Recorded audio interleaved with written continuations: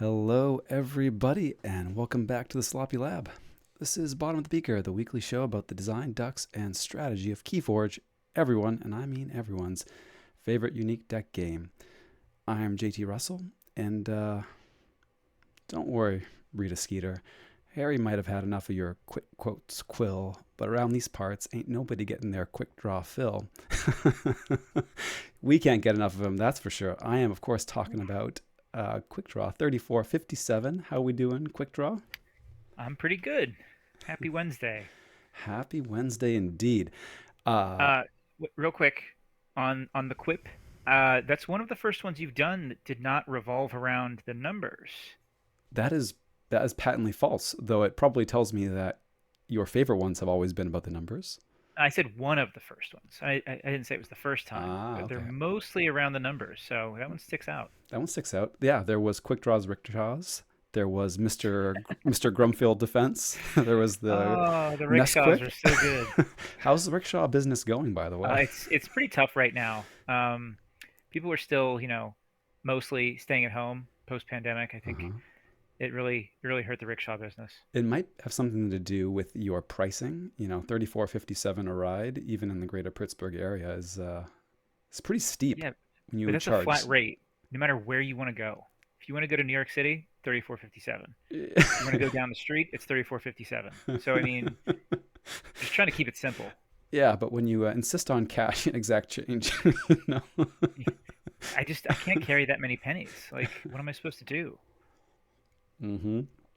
Nice. Yeah, I think Grumfield Defense was one of my favorite, but That but was a really nerdy one. that was a really nerdy one. We were nerding out there, for sure. Not that we aren't nerding out normally, but that time in particular. We're nerding out so hard right now. This might not even be bottom of the beaker. We don't even know. It's very possible. And yeah, we're gonna level with y'all, folks. This is gonna be an interesting episode. We're gonna try something out. Um, I don't know if all this will make it to audio. We'll see. We're going to do a little bit of workshopping on some of our adaptive choices. So it's going to be a little bit of discussion around things that we like about and dislike about adaptive deck selection. But we're probably going to intermix a bunch of gameplay in there too. And then, you in audio land, if you're listening to this, then it probably means that we found enough decent content to stitch together something worthwhile listening. And if not, then hey, folks, on stream with us hanging out, awesome, awesome bonus stuff for you. Exclusive content. Yes. Yeah. Been a lot of good discussion, I think, on the old Sloppy Lab Work server of late on adaptive specifically. And I've mentioned to you, Quick Draw, that I would really like to have a set of, 2, 3, 4, 34, 57, I don't know, however many adaptive decks per set, just so I have some, go tos to reach for. And I have been, 57% is a little light. You can do better than that. I can do better than that for most sets. I don't yet have 57. Do I? I'm not going to lie to you. I don't think I have 57 Grim Reminders decks. I have 42 currently Grim Reminders decks. 42 Grim I Reminders haven't decks. opened a Grim Reminders deck in probably 3 weeks or more. Interesting. I've been slow rolling my openings, so I still have sealed product. I still have Yeah. a number of sealed Grim Reminders I decks. have two next to me as well, saving them for a sealed day with my brother or something like that. But the last few weeks at my LGS have been Archon, so I haven't really opened anything lately. Mm, okay. Yeah, I've sealed GR, some sealed Woe. I haven't yet settled on my sealed, or excuse me, adaptive go-to Windows of Exchange decks either. Actually, I have a tag pulled up that the folks on stream can benefit from of my adaptive faves. There are 7 decks in that list currently. 2 of them are hopefuls, I guess. They're aspirationally in this list, but from Grim Reminders. I have no Winds of Exchange decks in there yet. We'll see if that ends up happening. You shouldn't. You're doing it right. I think I could put Psy, Phila, Vekis in there, but it's a. Only if there's no timer. It's I a just, every time I see a Winds of Exchange in adaptive, I think it comes back to bite the person that brings it, or it mm, results in a high roll, low roll of some sort. And every time I see it, I'm like, yep, I feel validated in my opinion to not bring Winds of Exchange to adaptive. Mm. Now, you had once said that you actually really like Grim Reminders for adaptive. Is that kind of still a feel? I don't know. I haven't tried it enough. Um, I think if you're not bringing like a major combo deck, Hmm. I think it could be, yeah, because there are a lot of decision points in Grim Reminders. It's just that when you get to the point where it's like, you have Winds of Death and Key Abduction, you're shortening the game to the point where there's like, unless somehow you have a Winds of Death Key Abduction deck where the Key Abduction play is a trap, which I don't even know what that would look like, then no, I don't think a deck like that would be a great adaptive deck. It would still be very powerful. You're still going to go to a third game. Still going to come down to chance a lot with the chains. Although you mentioned discussion in the Sloppy Labwork server today, and there's actually disagreement on like whether or not the third game with chains adds to the variance and adds to the luck or not. I Hmm. mean, there was a lot of conversation. So thank you to everybody that was like chiming in, discussing it for and against. Like it was a very lively day in the Sloppy Lab Work server today, thanks to Adaptive. Yeah, love to see it. I do have one, and I know what you're going to say already because you said it to me before. But I do have one Winds of Death Key Abduction deck that I think maybe could be adaptive worthy, though it is high in the pepper scale. It's in the like Mm. 5 peppers range, which is more peppers than I like bringing um, to adaptive. I am, of course, talking about Eminence Buckshot. How do you say that last word in the title? I have it up on the screen. Can you pronounce I that don't for see me? it yet. Ah, Eminence Buckshot Zoe? Joie, Joie? Xoix, Joie? Joix. It's a cool one. I don't know.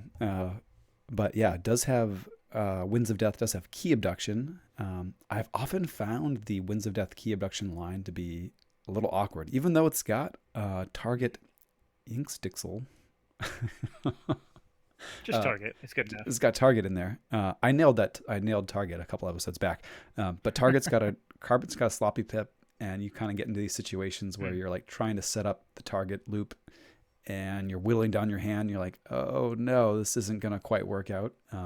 Plus, the deck features double bottomless steps, and those pips are so juicy. Like, I love playing bottomless steps. I love doing some deck shaping. Actually, quick draw. What of those 7 decks of my favorite adaptive picks? At least 2 of them do heavy deck shaping.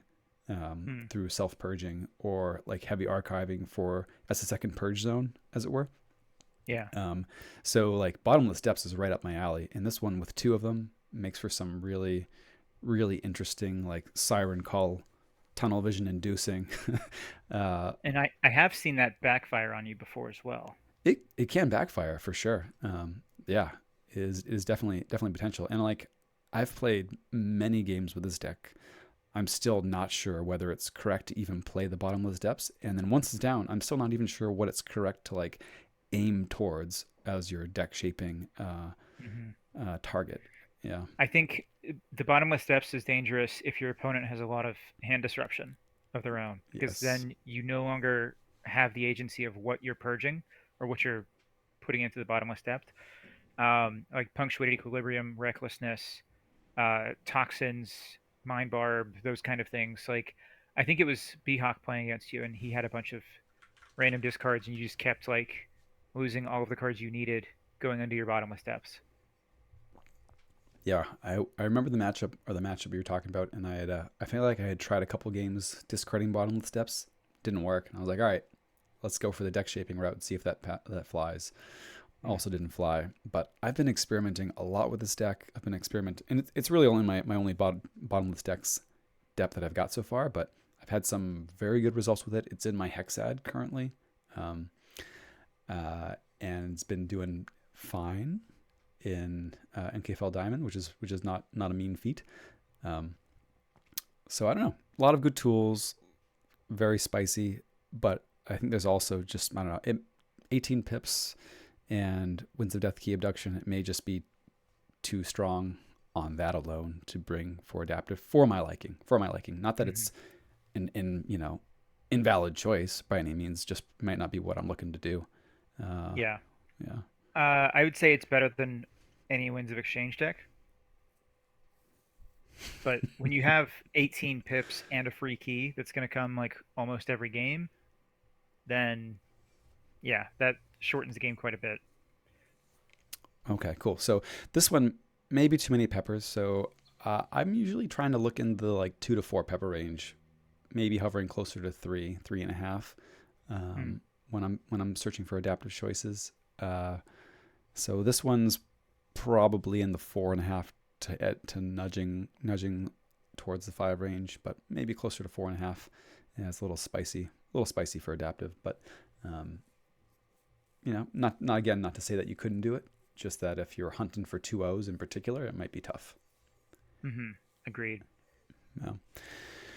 But anyway, this was not one of the 2 Grim Reminders decks on my list, though I had to bring it up as I really do think that I really do love the like self purge deck shaping lists for adaptive in particular, especially when and bottomless depths doesn't fall into this camp, but especially when the deck shaping that you're doing uses all hidden information, right? When you're using the archive as a second purge zone, and you can sort of Mm, like tuck things away there, and your opponent doesn't get to see what you're that's a good point.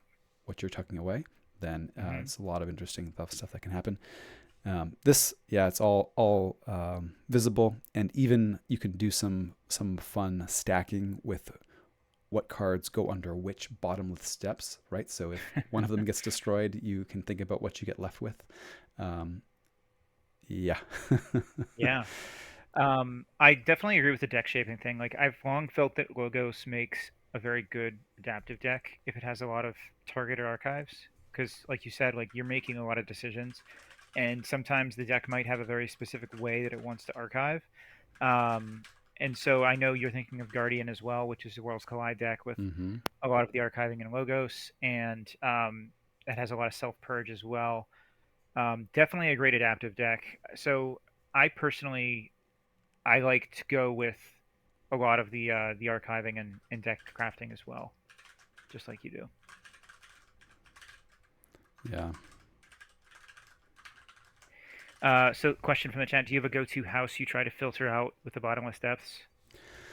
Yeah. Uh, I'm figuring it out still. I've been experimenting with each. I've definitely gone into different games intentionally pushing for each to kind of see how it works out. Um, Whenever you're doing, going towards a deck shaping strategy, you have kind of a goal in mind, like, well, what's my end state, ideal end state.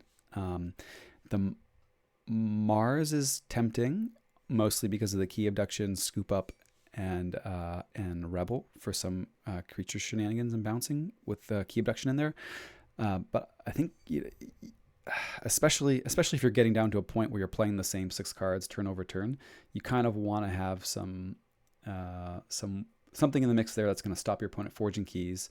You'd like to have a whole bunch of pips, and between those two, something to kind of push you forward while also stalling out your opponent is kind of what you want. So I think the right choice is Unfathomable here. You've got Crushing Deep, so even if your opponent makes 2 keys, you're going to say, all right, but your last one's going to cost 18. Good luck. You've got a whole bunch of pips you can toss in there. If they're going to play creatures, you've got Circle Speak to also knock down their Amber. Although you're not haunted, which is good. They may be haunted, so there's less danger on your side. Though you're hopefully also bouncing their dudes with a Dragnet, so you've got this kind of setup that you can veer towards with Dragnet, Crushing Deep, Circle Speak, maybe even Beam of Forgetting in there. 4 actions with pips that are laying out some Mm. disruption, key cost increase, and board control, which is kind And of the a nice. Dragnet has a draw pip, which means that if you're, I mean, Mm-hmm. if you actually do get to a place where your deck's empty, right, and Mm-hmm. then you can kind of choose which action you want to play twice in a turn. Right. So you can double Crushing Deep or double Circle Speak, whatever the situation calls for. Mm. Um, so kind of that as an end state is really cool. I always get I just feel bad still, like pitching the Mars cards. Right. Though the Mars does help you speeds toward it. So there's probably a waypoint, a midpoint in that deck shaping that involves a lot of Mars, filtering out the Geistoid, filtering out the unwanted unfathomable, because you've got terrible teammates, you've got sloppy pips in Mars as well to help you kind of take advantage of some of those bottomless depths discards. So like it definitely happens, and it happens quickly, and it has some tools to pay off once you get there. I don't know. I'm not sure if it's right. It's still just Yeah. super tempting to say maybe I ought to just go for Winds of Death, key abduction, target, and hope to end the game in 2 or 3 turns. Yeah, but it also kind of reminds me like of a different thing that I like to consider with adaptive decks, which is having more than one game plan, not only that like you can try to do, but more than one that might be necessary. So like with Guadalupe, there are times when I need the Data Forge play, and you Mm-hmm. can lean into that and get more value out of it. There's other times when the cards come in a different order, and you have to recognize the Data Forge is not going to happen. Play it Yep. for a pip. And so this sounds like it could be one of those kind of decks where it's like if you get the bottomless steps late, you can't lean into that kind of line. But if you get them early, you might be able to do that kind of deck crafting you're talking about. But having to pivot to the Winds of Death play might be like the faster way to win if they don't come early, right? Right. And of course, the kicker too is playing an early Winds of Death, playing an early bottomless steps makes that Winds of Death line much harder down the line. Is you have to actually play the creatures, get them destroyed. You're not going to just discard them. Mm-hmm. And if you're playing out those terrible teammates or using those sloppy pips for efficiency, you have to avoid hitting creatures. If you want to enable Winds of Death, that means that you're discarding things with pips very likely, which may not be super helpful either. So there's some trade-offs. Trade-offs are interesting. I think it makes for, yeah, like you're saying, a deck that has some divergent lines that can be very skill testing to choose between. And I don't know. I like it. I like Yeah. decision space there. Yeah, I agree. I do think though that still the Winds of Death key abduction play is probably going to be strong enough to win most adaptive games, Hmm. and so that still gives me pause. Gives you pause. Makes Yeah. makes a chained game extra interesting if this ends up being the chain deck.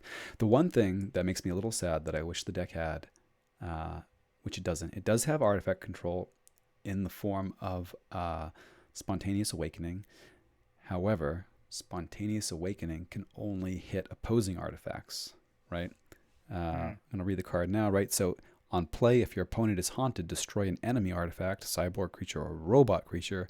If you do, blah, blah, blah, blah, blah, right? So what I would really love to be able to do is use these dueling bottomless depths to stack cards underneath them, and then get to a point where I can decide to blow up one of the depths myself and put a bunch of cards back into circulation. Like that would be super cool. You could imagine getting, those 4 or 5 unfathomable cards underneath one of the bottomless steps, jamming your Mars until you get to that point, and then blowing up the bottomless steps with the last Spontaneous Awakening or whatever the card was that let you do it. Would have been really cool.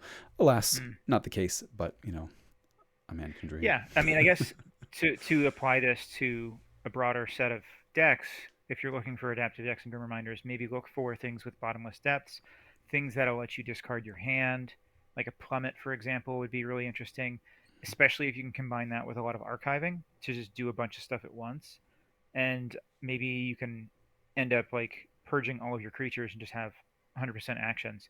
So maybe not focusing as much on a single house deck, but maybe just like all actions and just get rid of your creatures, get them out of the way. Totally. And I love bottomless steps as an adaptive card, Hmm. especially in decks where you are not going all in on a deck shaping strategy, right? In those cases, you will feel the benefits, but they won't be immediately obvious. So you won't get to the end of the game and say like, oh yeah, they won because they discarded the toad. Well, maybe you would say that, but uh, they'll just have one, and you'll kind of scratch your head and say, oh, it was close. But in fact, they got a lot of advantage from having discarded 2 or 3 creatures in a house that they knew they weren't going to want to be calling often, and had much better turns as a result of it downstream. Yeah. Um, Yeah. But anyway, that was a lot on a deck that I'm not sure is going to be a great adaptive deck, though I'm enjoying exploring it. And I think there's like the nugget for some potential in other decks that might be out there that you may have. So that's pretty cool. But in the event, I am on the hunt for at least 3 or 4 GR adaptive decks. I've got 2, but maybe first, yeah, are there other things that you think in particular are well suited for adaptive and Grim Reminders specifically? Have you come across anything? I know you had one I deck in mean, mind. Yeah. yeah, I do have one deck. We've talked about it before, Luigi Prosciutto. And in fact, Luigi Prosciutto has an Ecto charge and a Spooky charge, but it doesn't have a ton of ways to get haunted fast. So it always felt like a tug of war between Ecto Charge and Spooky Charge, and you had to understand which way to lean during the game. But I haven't played that actually since the Ecto Charge errata. So I wonder now if maybe some previously really strong Ecto Charge decks might become better adaptive decks now that they're playing a slightly more fair game. Um, that is possible. I think outside of that, like we talked about deck crafting, so naturally, like any Geistoid archiving, I think is pretty good. I want to avoid. I guess I have more of a thoughts on like what I want to avoid than what I want to look for, and what I want to avoid are like the big combos, the free keys, the major plays, like something that can't really be answered unless they have specific cards, like a Cease Forge might be a little bit warping and adaptive. So I don't know if I would necessarily want to bring like power cards like those that can just swing the game if there's no artifact control. Mm-hmm. Um, but just like any other set, like lots of decisions. And Grim Reminders decks do have lots of decisions when they're not focused on, kind of a cheating game plan to forge keys for free or archive their entire board and lock you out or something like that. Like those kind of things to me, like I don't want to play an adaptive. Um, they're kind of too random. They're more likely to go to 3 games and come down to whether or not they can draw the card in time, in my opinion. And again, I mentioned like there's some differing opinions on that third game, and some people think it's better to bring a strong deck that you're familiar with to adaptive. I'm not there yet, but I think one of the points made today as well is that's kind of the beauty of adaptive is that everyone has their own approach to it, Mm-hmm. and they have certain strategies they think are ideal, and maybe it works better for some people and others it doesn't. But that's kind of like the great part about this format is that there's so many different ways to approach it, and there's not necessarily a consensus or an objective best way to play it. Mm. Yeah, totally. I mean, on that realm, on that point too. I mean, one of the reasons why I want to have this stable of adaptive decks to choose from. I've also had this long running goal of wanting to have a what's the right word? Gauntlet? I don't know if that's the right word, but set of decks that I have a reasonable sense for how balanced they are, so that I can either use them for auctioning, drafting, or if somebody's new to the game and wants to play, but between some relatively balanced decks, I can say, okay, these will match up well, or maybe we'll play these with some chains on this deck or what have you, and have a decent sense for how the matchup's going to play out. Um, yeah, yeah. Um, I don't know where else I was going with that. I felt like I had another thing to say on that front, but here we are. Fix it in post. Fix it in post. Okay. Good question from the chat to save us on the rails here. Could, should a set be designed with adaptive in mind? Or is the agency of adaptive completely in players' hands regardless of set? Hmm. And Murph thinks DT was focused on adaptive. I don't know if it was designed with that in mind, but I personally think Dark Tidings makes the best adaptive decks for a number of reasons. The Tide being one of them. I think people are more prone to misplay the Tide. I think understanding when you need to take those chains, that could be extra chains in an adaptive match, when you know you have the option, like just having the Tide out there is extra agency that I think adds to an adaptive experience. And I think obviously the big reason why Dark Tidings is so good for adaptive is because so many players don't know the set. They don't know the cards. They are more likely to see a card that they've never seen before, misplay things, and so I think, you know, at the very least, it's a good adaptive set for that reason.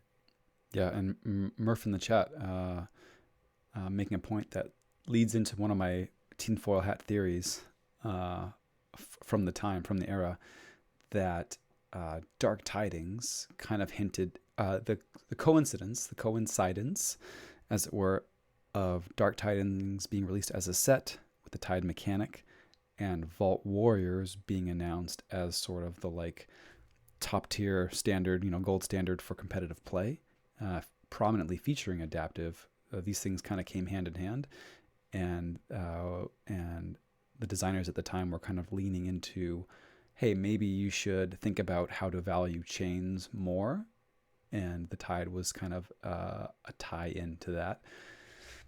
I don't know if that was intentional or not, but whether or not you personally like Dark Tidings, it is certainly the only set that has so directly challenged players to directly consider what was up until not long ago the marquee balancing mechanism in the game, right? So we have these chains. You can get them from cards.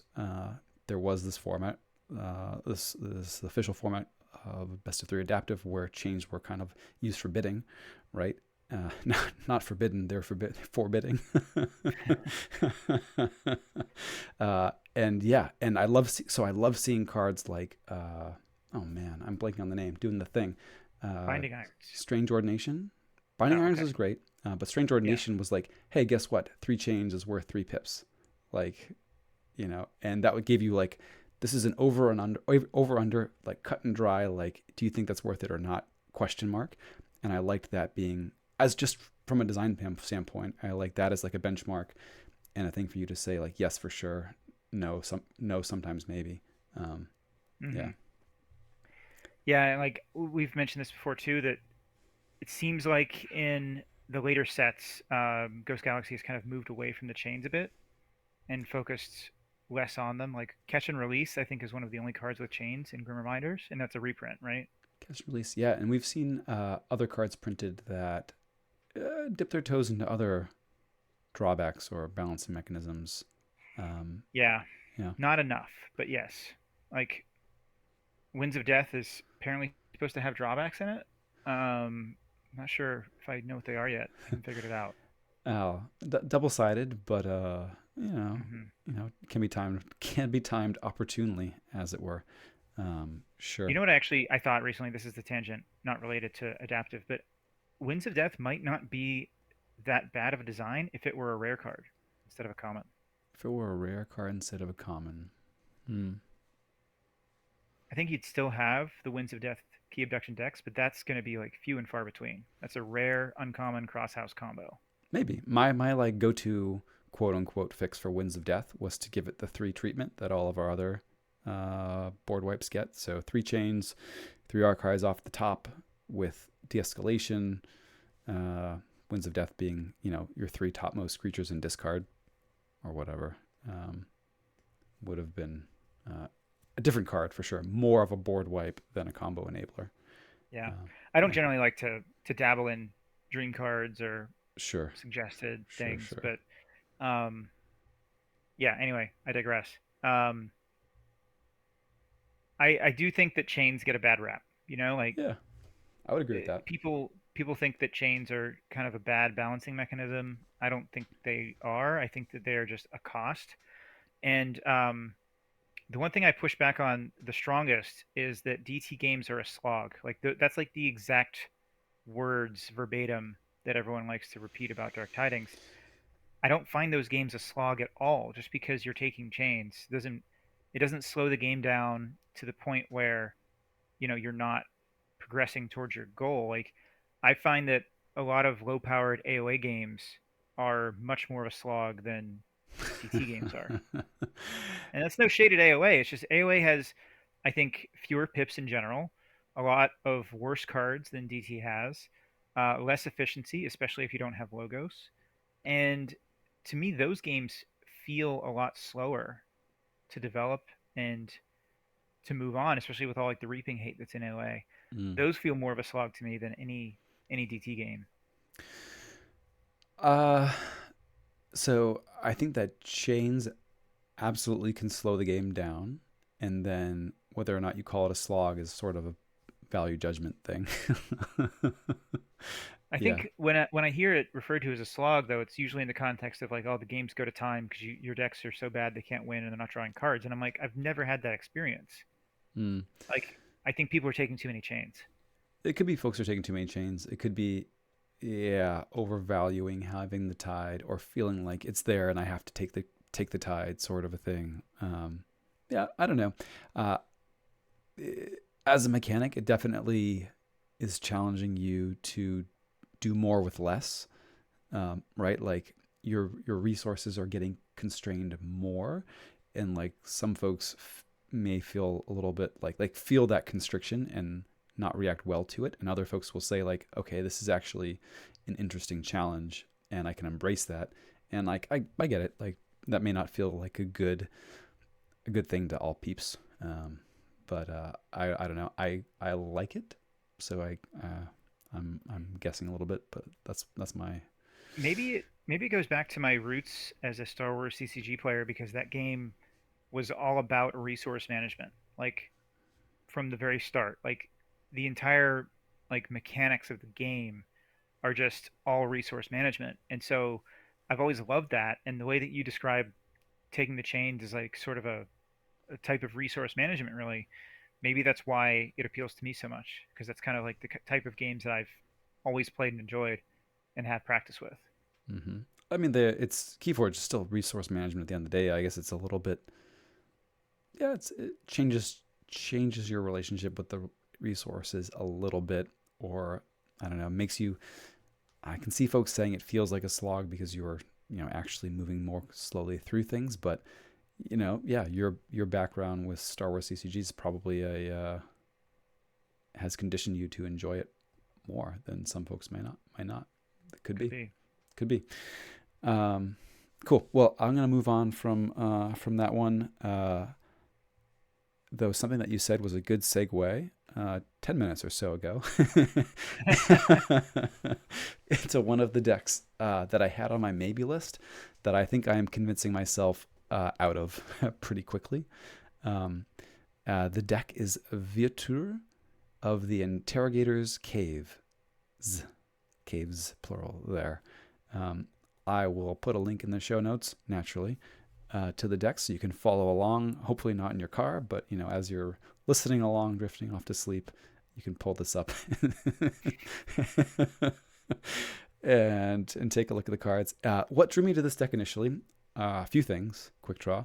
One, it's one of the decks with special treatment on the borders, so Mm. already it's pretty cool value that any competitive player would immediately see. Um, Two, it has a very, very nice combo featuring double rares across different houses that really calls to the inner Johnny in me, right? Like, oh, I want to pull this off. It's going to be good times. So it's got a Look What I Found and a Missile Officer Myers, right? So this is a combo that allows you to get infinite scraps quick draw. So you can discard the Missile Officer Myers to discard another card from your hand with its scrap effect and resolve its play effect as if you had just play it, right? The card you discard is Look What I Found, which has Omega, but that's not part of its play effect, naturally. So you will just resolve the play effect on Look What I Found, which is return one card of each type, artifact, creature, action, upgrade from your discard pile to your hand.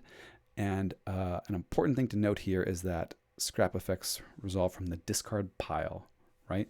So at this point, both Missile Officer Myers and Look What I Found are already in your discard pile.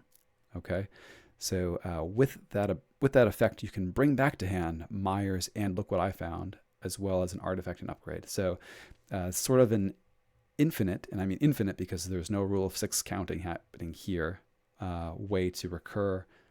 Those is kind of like, yeah, you get back all of your artifacts and upgrades and do what you will with them. Now, a nice thing to see here too is that one of your artifacts has itself a scrap, or one of your upgrades has itself a scrap ability. Mm-hmm. So this is the Essence Entangler.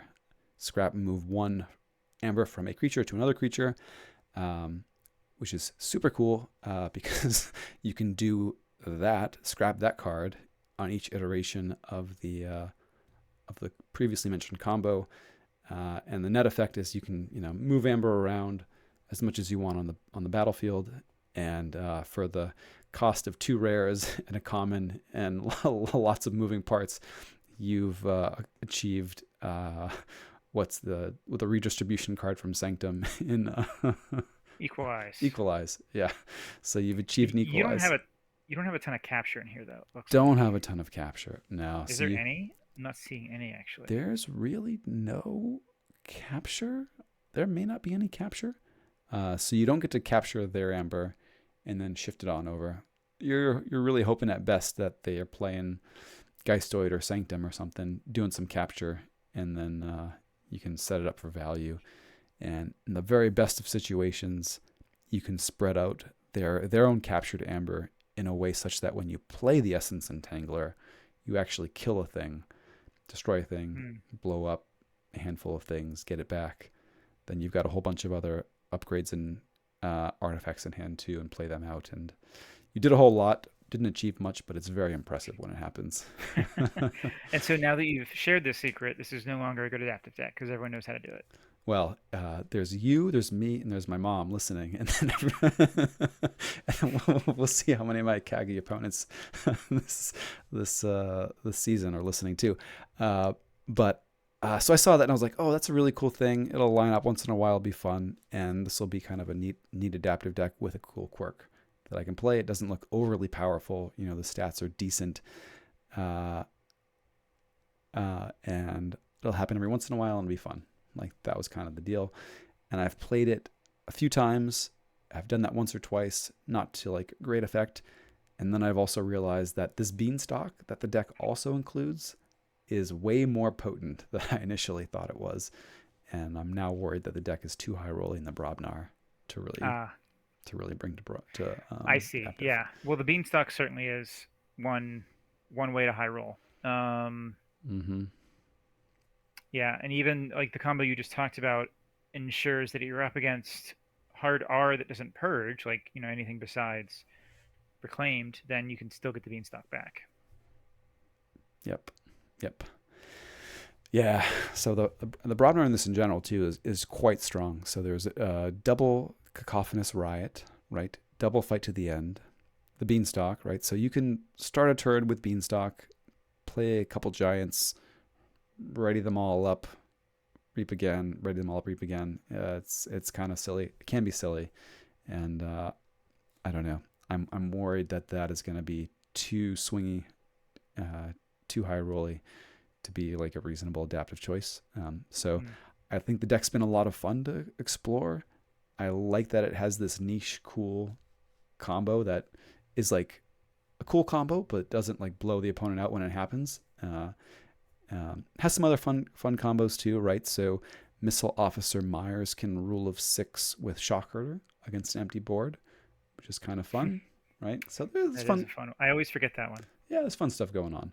So Missile Officer Myers, when played, can resolve the play effect of a neighboring creature, right? So you can play it next to a Shockherder and then resolve the Shockherder's play effect to ready Missile Officer Myers, which has a play reap effect to resolve the play of a neighboring creature.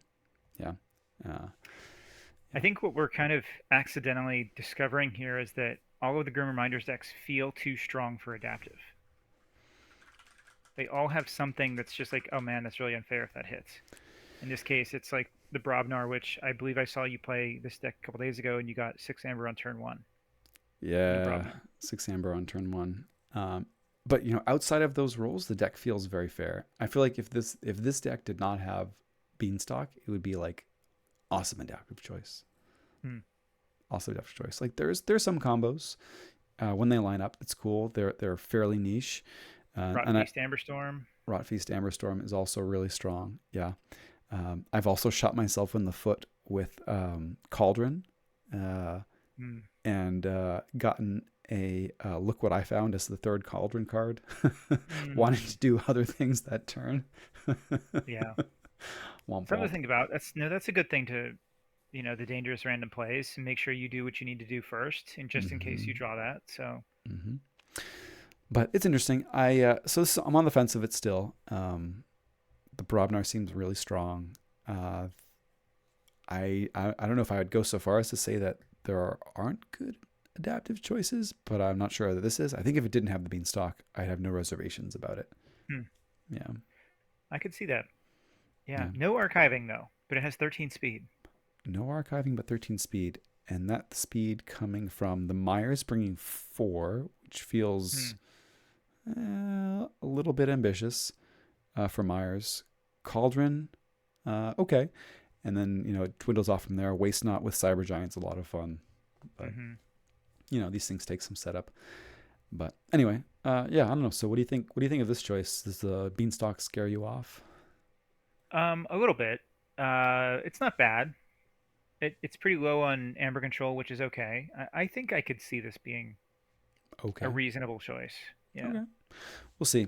I've had mixed results on the amber control front with this deck too. So there was a Memorialize the Fallen, Pentacorder, and Blunderbore. That's all you've got. Um, Now the beanstalk again lets you get a lot of replays out of that Blunderbore and immediate fights, uh, if if need be, as well as things like Fight to the End and Cacophonous Riot. Right, can get you additional fights out of that Blunderbore. So there are again high rolly draws that involve replaying and fighting with Blunderbore a number of times in a turn to crush a lot of amber. Yeah, Yeah. but not sure. So this is one candidate. I'd probably put it in the 3 peppers range, which is kind of in the zone that I'd like, though it definitely has draws that feel more like a 4 pepper deck. Yeah, I think that's just the nature of the game nowadays. it could be. And then my other deck that I've earmarked from Grim Reminders, Sloppy Labworker that convokes the odd. Uh, this one's more like a 3.5 pepper deck in general, with a little bit less of a dynamic range, as it were. And the reason I like it is it's kind of just more of a well-rounded down the middle deck that's got, yeah, okay, it's got an Ecto Charge and a Winds of Death, but a couple Winds of Death, but the Ecto Charge is a little bit less consistent of a key cheat.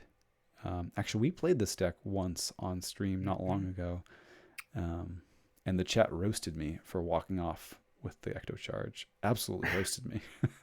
Why did they roast you? I mean, it was just unclassy of me to to walk off with it. I don't know.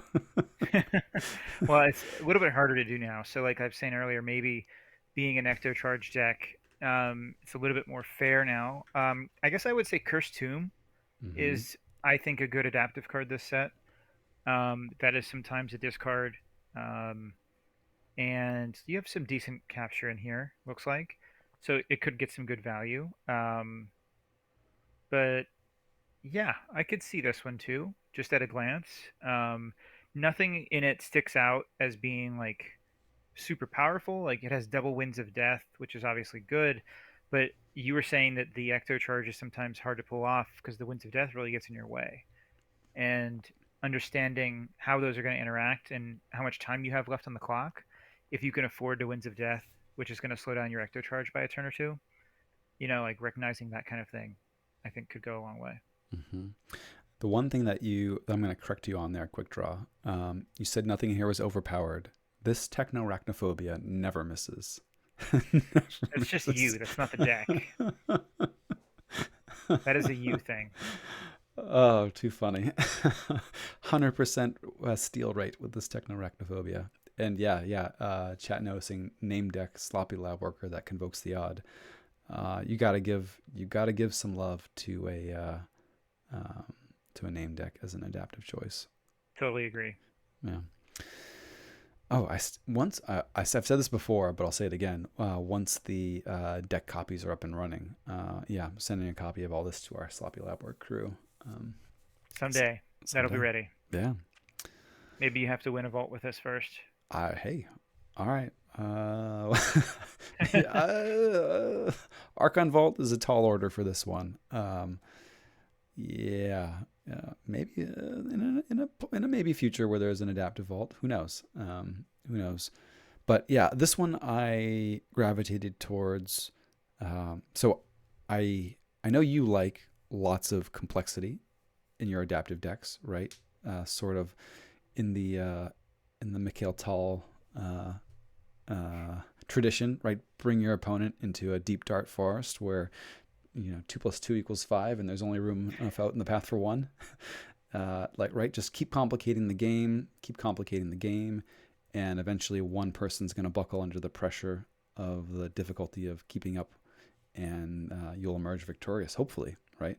There's another school of thought, I think, for adaptive decks, which is like bring something that's well-rounded and predictable, uh, and maybe eschews the complexity a little bit in favor of just being kind of like down the middle of the road. And you're gonna, instead of trying to make your claim to advantage on complexity, make it on outplaying like a fair within a fair game's constraints. You know what I mean? Hmm. Does that make sense? Yeah, like bringing a pretty normal average Coda deck, Right. which Right. we've all played probably hundreds of times. Um, I think it would take a very special Coda deck for me to consider it, and so I don't think that's an approach that I would do personally. Mm-hmm. I think you can definitely like min max a bit with like understanding your deck's strengths and weaknesses and try to take advantage of those. I just don't know if that's going to be enough to swing a matchup in your favor. Like, understanding that this Coda deck struggles to maintain a board, and so I'm going to fight off the board a bit more when I'm playing against it. Okay, like that'll get you somewhere, but depending on what your opponent's bringing, there's a lot of decks that are able to handle, you know, boards in a very easy way like that to shut you down. So like, I don't know. I personally like the complexity. I don't think that playing cards that people are familiar with is is really the best strategy. And so maybe that's another reason why Grim Reminders is good, because I still don't know all the Grim Reminders cards. I haven't played nearly Mm. enough of it to really have the set down. So like I look at the Sloppy Lab Worker that convokes the odd, and there's a lot of cards in here I don't actually remember exactly what they do. Mm. Do you think that dips a little bit into like uh, territory of hoping that you're more well versed in the game than your opponent, as opposed to your opponent's going to be a better player than you when you sit down? So that's a big thing for me is I always assume my opponent is better than me. I think that is just a good way to approach a competitive game, because if you don't do that, then you're going to be, trying to lay some traps that might expose yourself, and you just have to expect your opponent to be able to see those coming and avoid them, which puts you at a disadvantage. And I think just playing to your outs, and maybe sometimes that is playing to your outs. Maybe setting those traps is your only out, Mm-hmm. sure.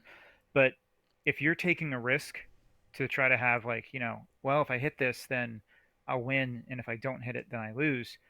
I would rather let the game go a little bit longer and banking on my opponent not falling for that. So, following that along, does the greater complexity advantage the better player or the not better player? I guess. I think the better player for sure. Okay. So, I mean, would you say Hmm. then? I mean, I see where you're going. you see where I'm going with this, right? I Like do. bringing a highly complex deck and assuming your opponent is better than you seems a little bit at odds, you know? Yeah, you're right. No, you're right. You're totally right. I think knowing a deck's specific complexities gives you an advantage in that situation. Okay. And I tend to bring decks that have very weird, unique, not even combos, like combinations. I don't mean combos in that like, oh, these two cards are so Interactions. We'll good say together. interactions. Yeah. Yeah, interactions is a good way to put it. And yeah, Data for Stream, I totally agree. He says traps almost never work with the quality of players now. I totally agree on that. And I think complex interactions are not really traps that your opponent can fall for. They are just something else to try to get most value out of it. And I mentioned Guadalupe earlier, and I know that we didn't really like talk about Guadalupe. I just kind of arrogantly assume that everyone knows what Guadalupe is at this point. It's a Dark Tidings deck that has 5 different, essentially double-sided artifacts in it in Tide Warp, Mechabui, Hydra Cataloger, Static Collection Array, and Ultimate Device. And how those all interact with each other, there are no other decks in the world that have that combination. Some other decks have like 2 of them, but having all 5 of them, I feel, makes games just really wacky and unique. And so, yeah, like my opponents, I assume that they can figure out the best ways to play them, but I also know how to make sure that I get the most value out of them as well. And I think there's kind of a subtle difference, but I totally see your point in how that kind of philosophy is at odds. But you can still do that in a way that um, you get the value that you know you can get out of a deck you're very familiar with. Yeah. And I agree with you, but I think it was worth teasing out the difference there. So maybe we'd say that, you're not going to beat a better player with tactics, right? But Mhm. some of the interactions that you're talking about and these unique interactions that you can come to the matchup with experience in gives you insight into some of the strategic complexities that might give you an edge, right? Even And against a just stronger player. yeah, and just to clarify for the listeners and for me, when you say tactics, you're talking about short term, like immediate gains. And when you Right. talk about strategy, you're talking about long term over the course of 2 or 3 or 4 turns or more, right? Exactly. Like you're not hoping that somebody, well, I mean, you might be hoping, but you're not expecting or banking on somebody, Hmm. uh, you know, fumbling the interaction between static collection array and tide warp, right? They might, but you're not banking on it, though you uh, may hope to be getting some advantage, banking on some advantage from having these 5 artifacts and having some experience in how their combination, how they work together to like change the course of a game over many turns, right? Yeah. Yeah. And the tactics strategy thing is also relevant when we're talking about bringing a simpler deck, like a Coda deck, right? Because Mm-hmm. that is going to have a lot more tactics involved with it. And if you're assuming your opponent is better than you, they're going to be already very practiced in those tactics. And they're going to understand how to very simply, like, maximize the value of a deck that's so straightforward like that via tactics. Mm-hmm. Mm-hmm. Yeah. Okay. Well, I don't know. We've talked a lot about these ones, and I know you had some decks you wanted to try too. Maybe we should hop into a couple games. What do you think? Or do you want to chat on these some more? I don't know. Whatever you like. I could play some games. I just said to you beforehand that I had some DT decks that have been in my playlist for a while. Okay. Um, Okay. Not necessarily adaptive decks, but since they're DT, they probably are. Okay. Well, do you got anything in the Pepper's range of Viator, the Interrogator's Caves? We can see how that Uh, flies. yeah, I think so. I think I've got a couple around there that I could try. Okay, cool. And we'll see if I draw the High Roly Brobnar or the Dirtily combo and feel good about that instead. Well, like I said before, I don't know if we'll end up using this for the podcast or not, but we may as well have a good old sign off just in case we do. And yeah, I think yeah, we can have a sponsor for tonight. I don't know why not. Um,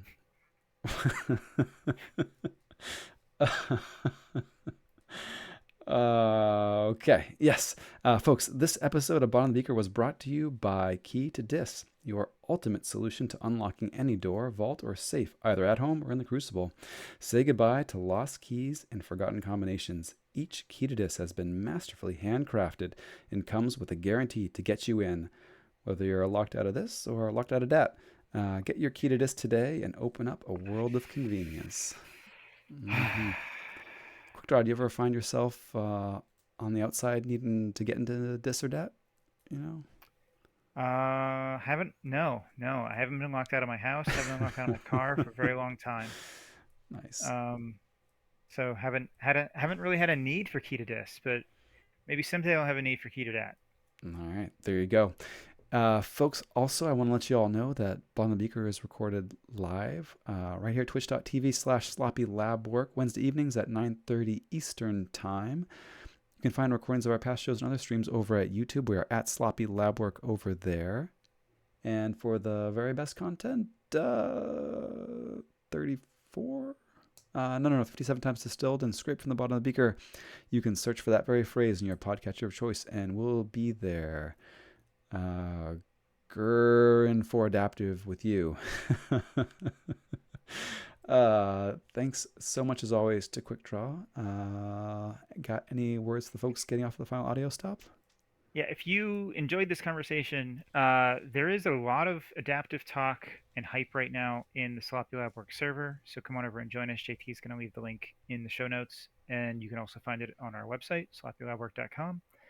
And yeah, we actually had so much chatter we had to make an adaptive channel. So of all the Keyforge servers I am a part of, we are the only one that has a channel that is dedicated to adaptive, with the exception of the Kagi channel, which I think is a little bit more specific. So hop on over, join the conversation, and for everyone listening here, thanks for tuning in, and stay sloppy.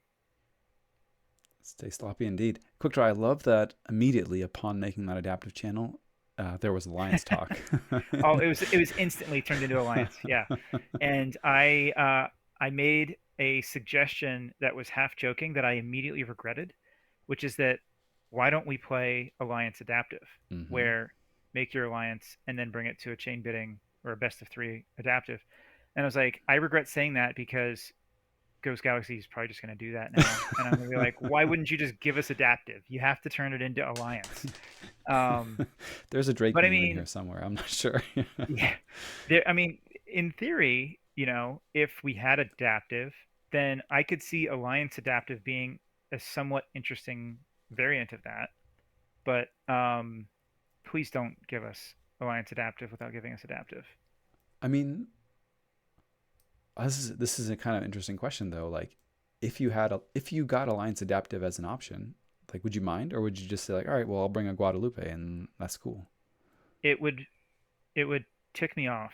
Yeah, I would very much mind because it's just That's so fair. unnecessary. Yeah. I would. It would be funny. It would be funny to have a uh like bid on each pod. Make a deck from the three that you've won bids on. I don't know how that would even work. Yeah. Yeah. All right. Well, cool. Well, let's rumble in the crucible, as it were. Quick draw. I've got Viator ready to go. All right. I'm gonna draw all Brobnar. I'm gonna bring the woman who vanishes from the alley. Ooh, that's a spicy name. It is a good name. I think I have a. I think I have an alley. Are you Uh, making the game or am I? I was gonna make the game and then I got distracted by decks with alley in their name. Pretty sure. Yes. Cat person Shan alleyway turncoat is one of Cat my. person. I want a deck with cat person as the name. I have a deck with cat person in the name. Quick draw. I'll give you $50 for it. I've never seen the deck before. You have seen the deck before. That's a lie. Oh, have I? Yeah, we played Oh against it. well. When did I I play against it? To be honest, a lot of people say like, "Oh, the cards have art on them." Like when I play random games, I almost never look at the name of the deck I'm playing Oh against. my goodness. Oh my goodness. This deck has a double arbitrage. What would you remember from it? Double Um, arbitrage and one other card that gives you an extra draw. oh, I think I Card in hand. is Soul Vial the one that archives the creature? Soul Vials, the archiving creatures when Yeah, they're so Soul destroyed. Vial and Trawler. I have seen this. Yes, Soul Vial and Trawler as well. Yeah. I'm Cloggin getting, must not like cats, I guess. He's not getting a cat outbid. person. All right. Well, Randomize. Oh, randomize who gets which pods at the start of the game. That's see there you go. That's creative. That's creative 1 star peeps. I dig it. hmm. I mean, I'd rather just play it straight up, but I dig where your head's at.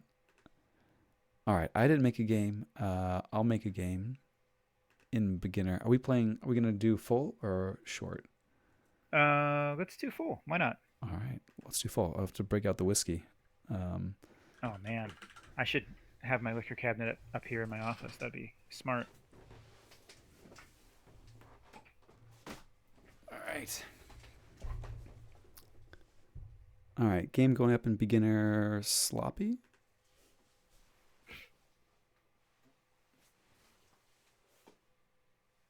Where's my beaker? Now, just to for full disclosure, I don't even know if the woman who vanishes from the alley is a good adaptive deck. It does not have logos in it. It is definitely a rush deck, and I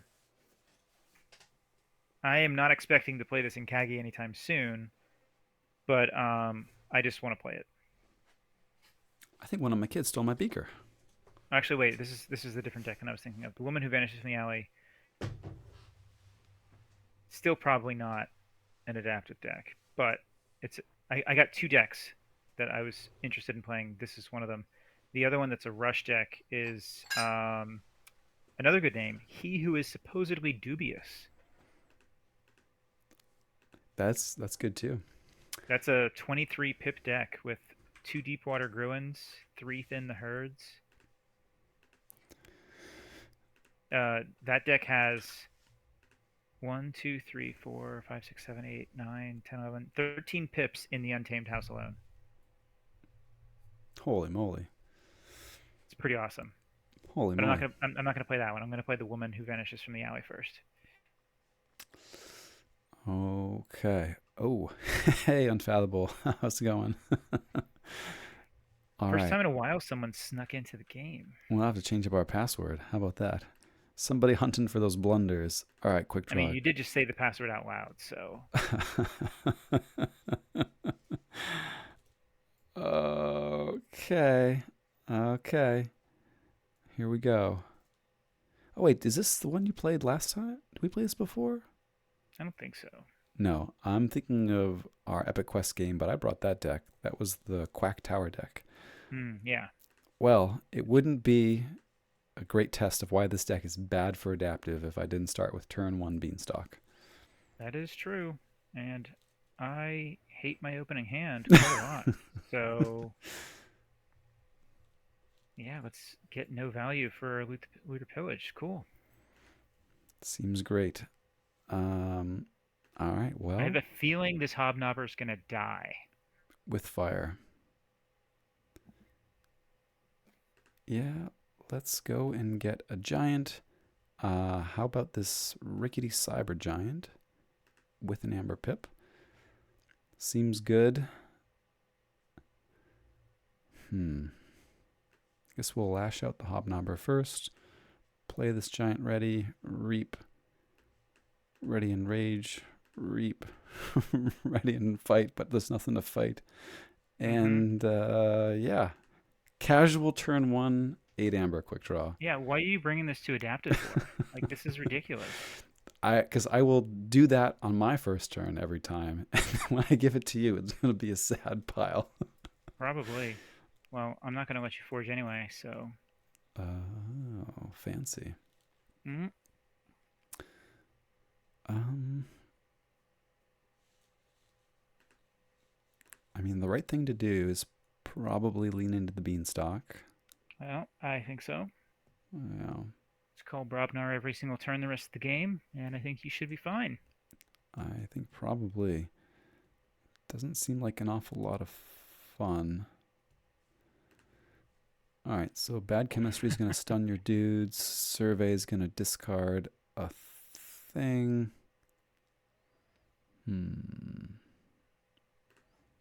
Discard that thing. Myers can come down, and there's no play effect to use. But that's okay, but it's going to get a little bit beefier with a modular exoskeleton. Okay, cool. Trickle down theory, scooping my cyber giant. Okay. Mugging your own dude. Okay, cool. 7 cards in discard. And Ceaseforge is destroyed when you remove the last one. Yes. So the start of my next turn, it'll be destroyed. Cool, cool, cool. All right, we're going into Brobnar. Yeah, so there was a mechanic in Magic, um, called fading. Okay, and it Mm. was kind of like this Ceaseforge mechanic, right? You started with a number of counters, you took one off every turn, and original fading, your card died, was destroyed when you tried to take a counter off and couldn't, right? Mm. So that's So confusing you with right, Ceaseforge and how it works. right, and then they were like, well, this is kind of weird. People just keep putting into the bin when you take off the last one, which is wrong. They made another mechanic called vanishing, which is exactly the same thing, but it's what Ceaseforge does. Hmm. So when you take the last one off, it dies. But yeah, confusing. Okay. Anyway, yeah, let's play this Blunderbore. Let's grab a dude. Mournful Barn Burner. Yeah. Barn Burner is gonna come down. I can't believe anyone thought that Beanstalk was a fair card to make. Oh, I can hear it. Yeah, the joy. Uh, okay, so Barn Burner can fight and put 2 more cards in my discard. Then I can get a Haunted Fight from Blunderbore. That's cool. So I can reap here.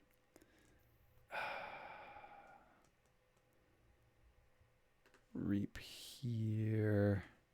Fight here. Ready these jerks. Oh, no, I needed to fight first. That's okay. I just fumbled that up. Lots of blunders. Okay. I got max fights in Cloggin, though I did it not the right order. Womp womp. Yeah.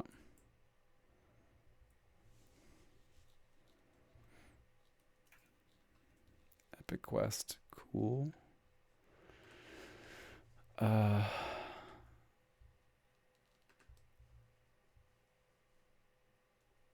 no, not max fights. Were there more fights to get?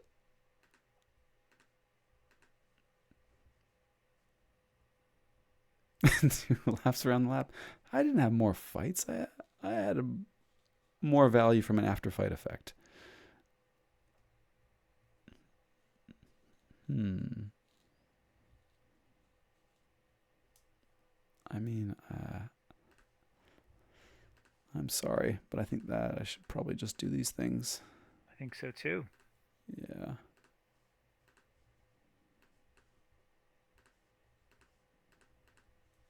Yeah. It's just remarkable to me that it can search your deck or discard pile. Deck or discard is silly. Who do you want you to keep? Um, I mean, you're going to get them all back. This is why, like, it doesn't even matter who I kill. Keep that one. Keep that one. Hmm. Yeah, I will take back this modular exoskeleton. We'll go Star Alliance, make some stuff. Play in the Scout Pete. I should let it go, but I'm gonna leave it there. I'm gonna leave it there because I want to do Timmy things later.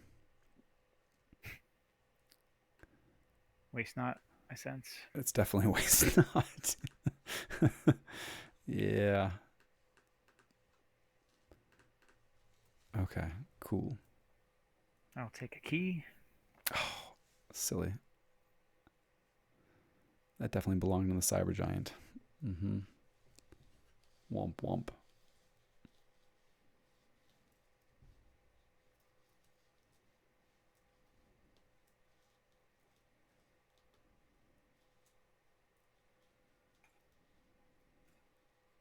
Cool.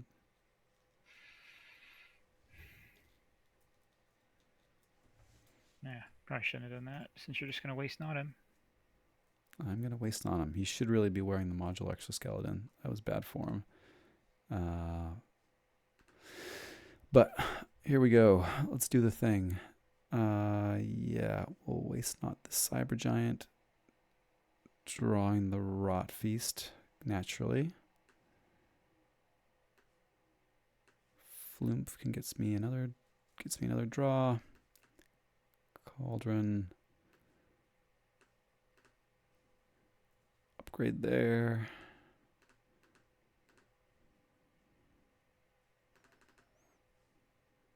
Those can auto resolve. Yeah. Naturally. All right. Yeah, there's some things. Murph, I think when I first started playing this deck, I only had eyes for the Myers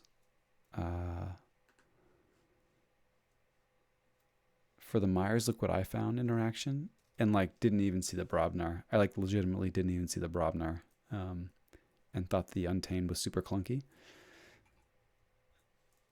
But yeah.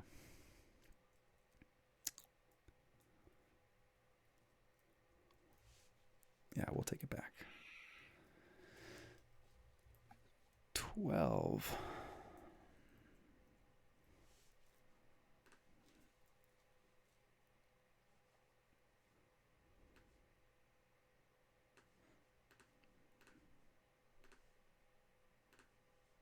Okay.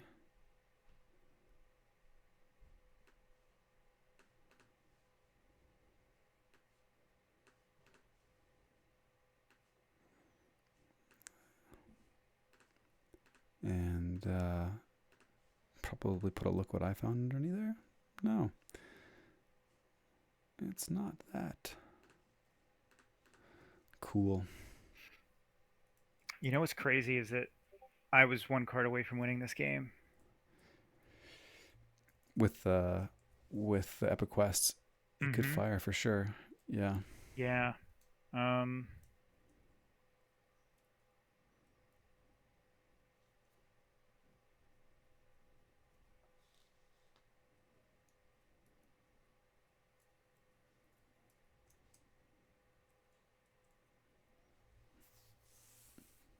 hmm.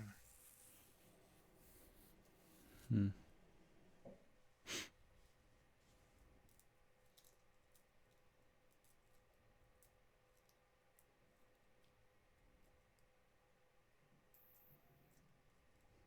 See a quest fire anyway. No, if I could fire it, I would win the game. Oh.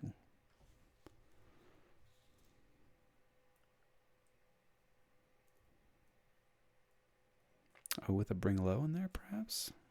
Mm.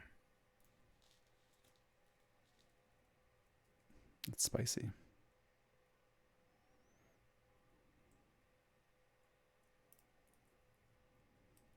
Mm-hmm. Nice, nice.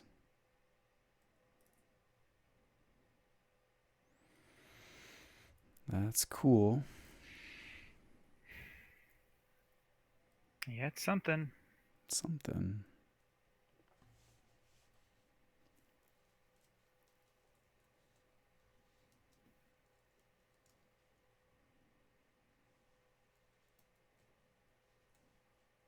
Mm-hmm.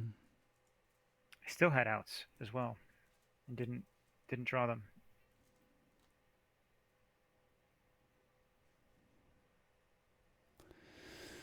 All right, we'll go Brobnar. We'll use the beanstalk.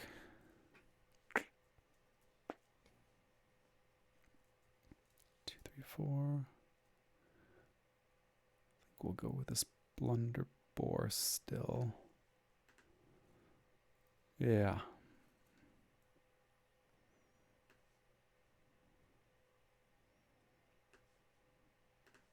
Comes in ready.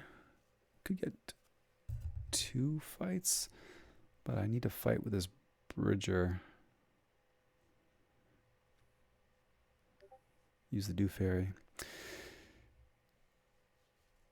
Mm-hmm.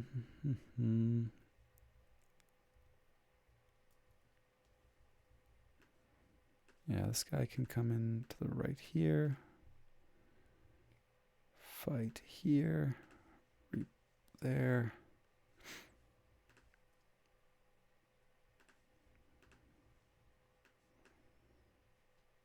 Sure. And yeah, we'll put something else under there. It's a key. It's a key.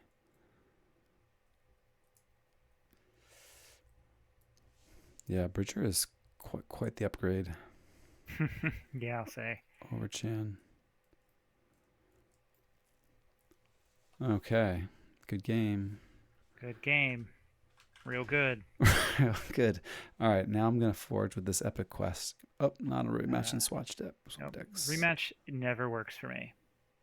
There's something with my connection on my PC to TCO. It never works. Ah, okay. So you make a reversal game? Make a reversal game. Sounds good.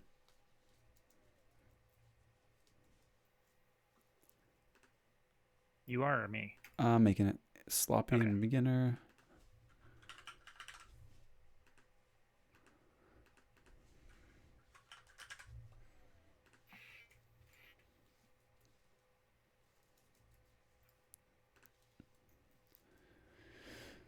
Okay. You Actually, get to choose, right? Yeah, I will not go first. I'll go second. Okay. All right. Good luck. Have fun.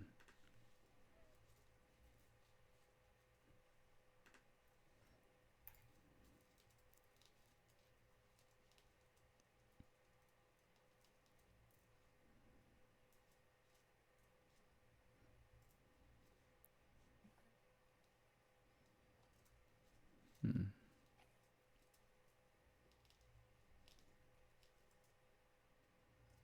I feel like this Brobnar can't help but just like make a bunch of amber. The only thing missing is a Brick Nasty. Yeah, Brick Nasty would be something. Actually, sorry, wrong house there. Where are you, Sanctum? Yeah. Salvador and pass. Yep. Surprise. Yeah. One last night. That's solid. That's solid.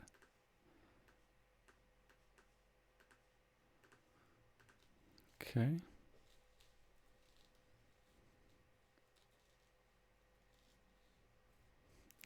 Oh yeah, we didn't try out the new first player rules Kaggy's adopted. Yeah, we didn't.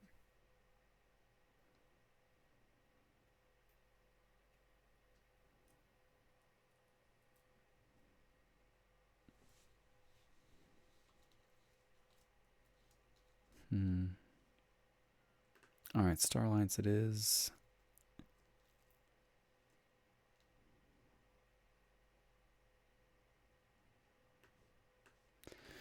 Going to deploy this Hawkins to gain a couple amber.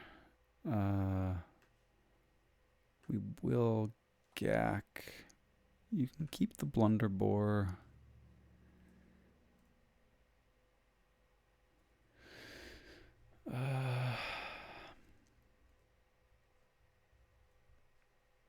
I'm going to keep the Fae, Hawkins. And you can keep a 2 fairy, I guess. Deploy another Hawkins. And a dude. Mm-hmm.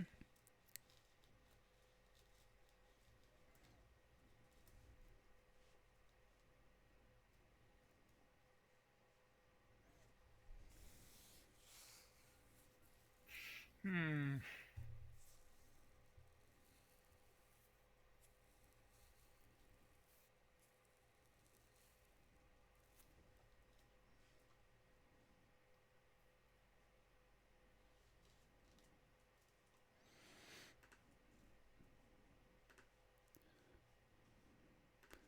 Steal there.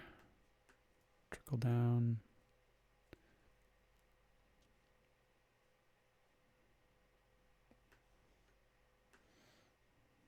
Play Monty Bank with no exalts.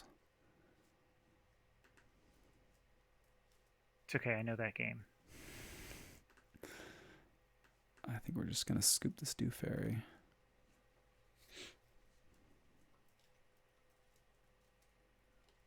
Go Brobnar. Wish I were haunted.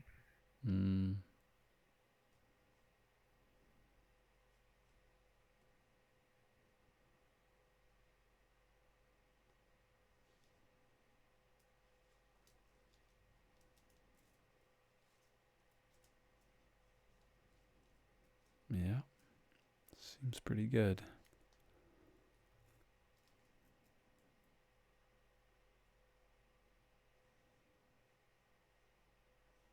So close. Okay, you milled Rot Feast. Not overly sad to see that.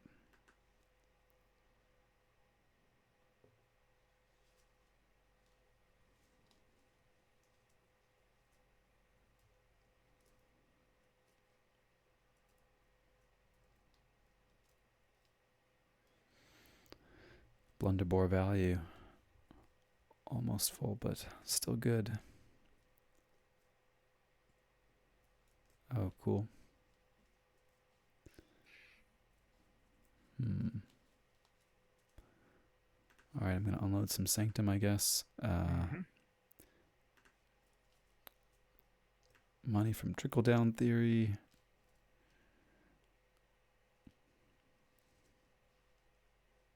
There's a reason I shouldn't play Sargasso.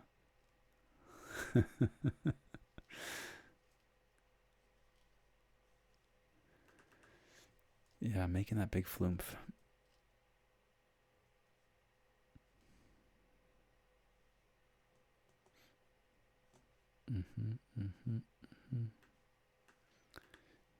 Your Sargasso, Badgemagus, Salvador.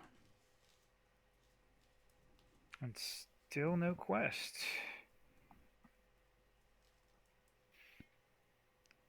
No quest yet.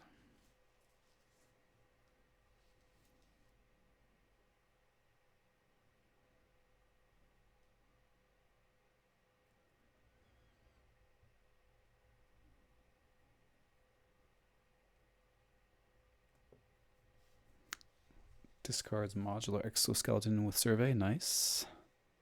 And just got disconnected.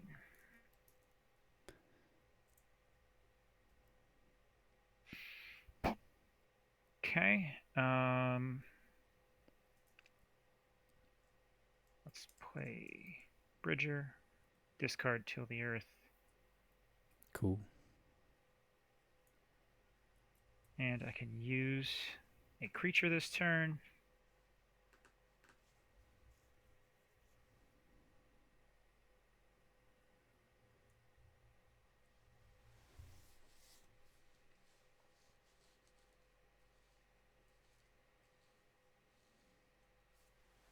Making a big flumph. Cool. That's nice. Should be able to use another one now.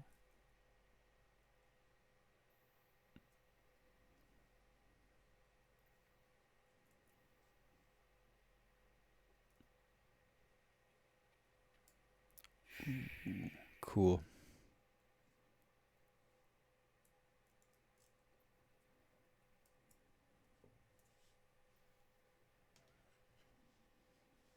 Pretty good turn.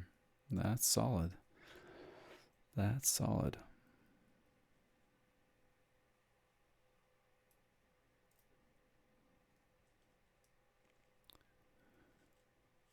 All right, Flumph is 7 power. Nice.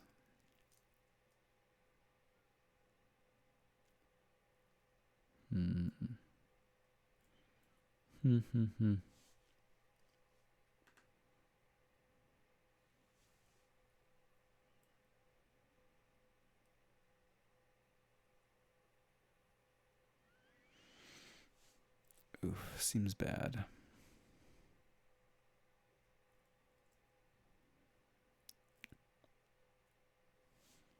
We'll see if this pays off. I'm gonna go Sanctum. Yeah. Put some damage on this Flumph. And smash Hayden. Tuck those guys away.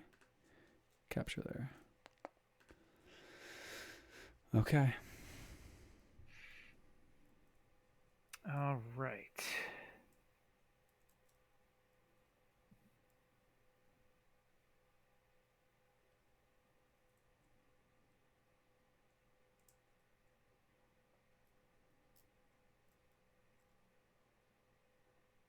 All right, we're going to take the exoskeleton, go to star, upgrade that Flumph, Nice. upgrade that Flumph some more. That is a Voltron right there. That's a big Flumph. Gonna reap. Gonna fight. Buff him up some more. Gonna reap. And gonna reap with the Blunder Boar. Sweet. Sweet.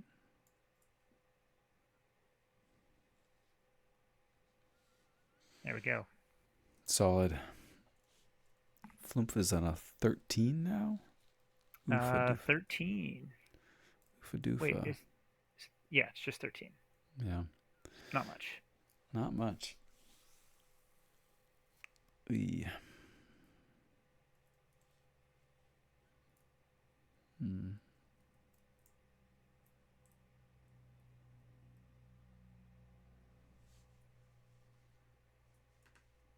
All right, we'll go shadows. No, in the archives.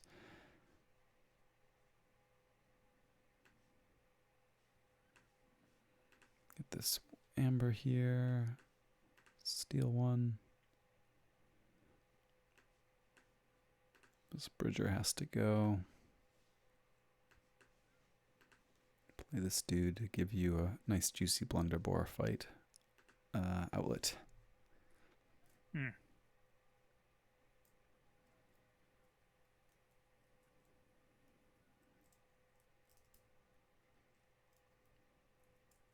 Well, when you put it that way, it's hard for me to pass that up. Right?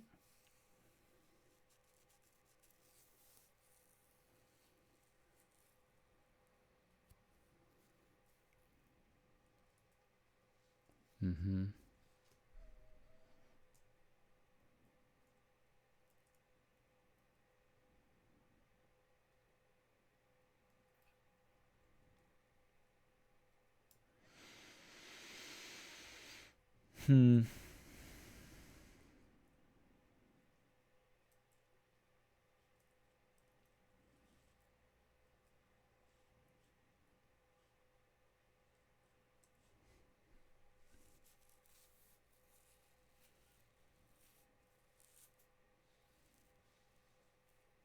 Not terribly accommodating there, quick draw. Wasn't trying to be. Yeah.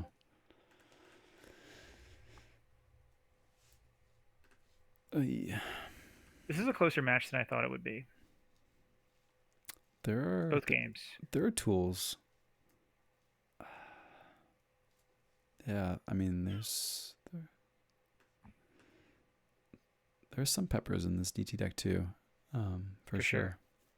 This is one of the ones I got from Dr. Sheep that came along with 200 bulk decks that I didn't want.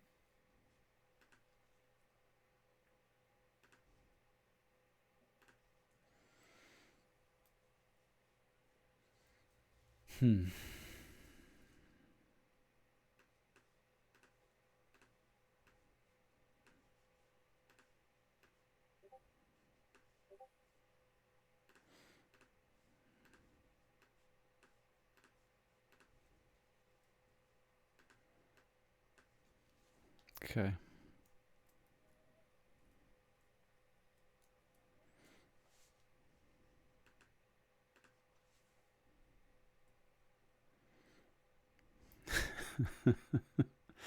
Ugh. Untamed. Let's see that waste knot.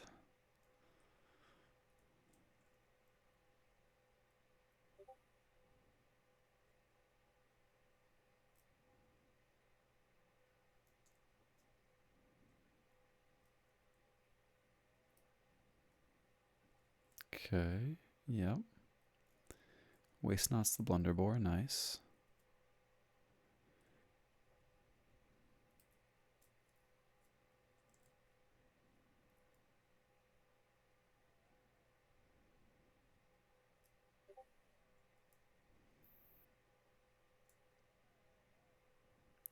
Amber Storm. Very cool. Just enough.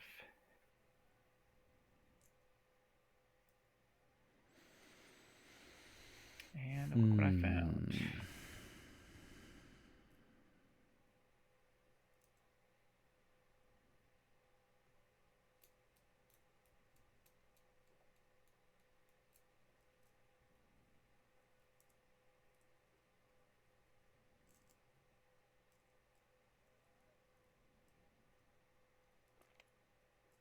Look what I found gets Cacophonous Riot and Blunderbore.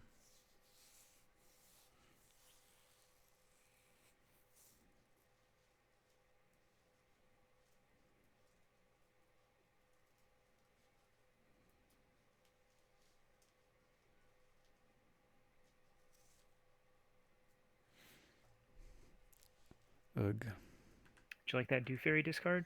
I did. I did. Wasn't surprised by it. Liked where your head's at. Just like to toot my own horn every once in a while. Mm-hmm. Mm-hmm. Hmm.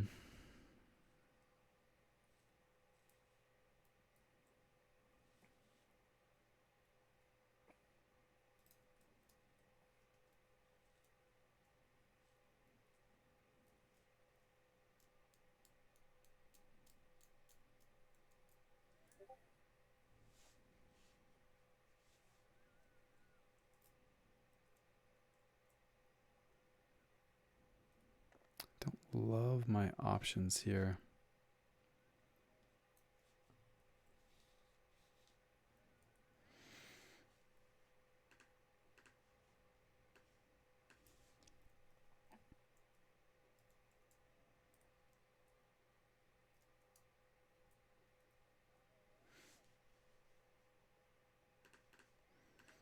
Go Sanctum. No on the archives. May regret this, but we'll see. Get some amber. More amber there. Throw that on that for now. Hmm.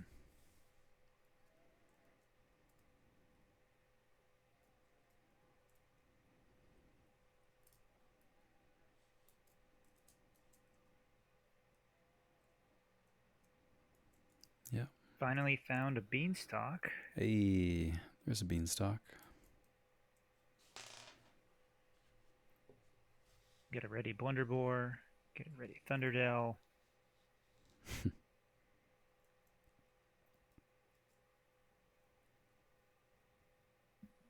Do a bunch of reaping. Some Do a bunch of Cacophonous rioting. Nice. Get that money. And should have probably played this one first, but Okay. Yeah, get that skirmish in there. That's okay.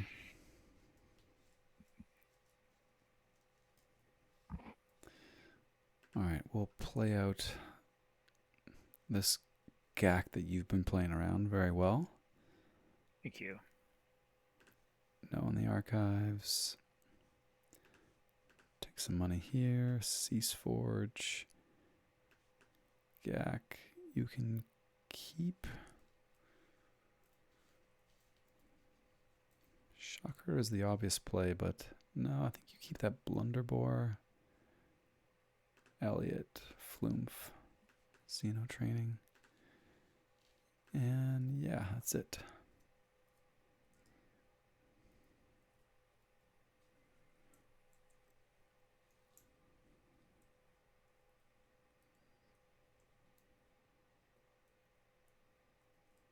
Mm.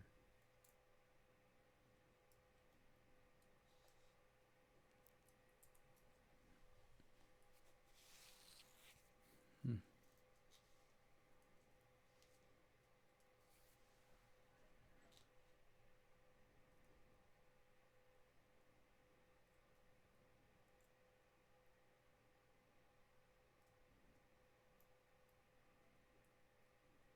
Star Alliance. Okay.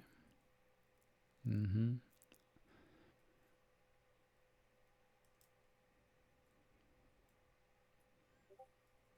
Cool. Cool.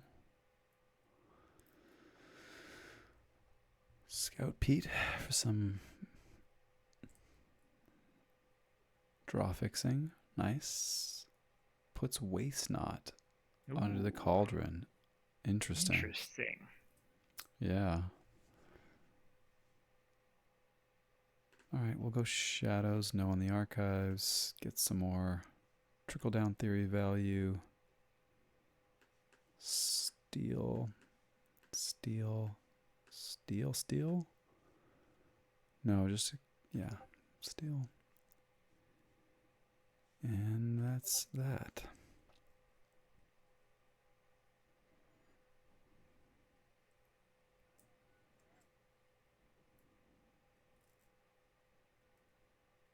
Dew Fairy.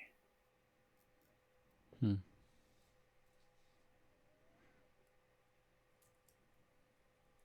More giants coming. Let's go.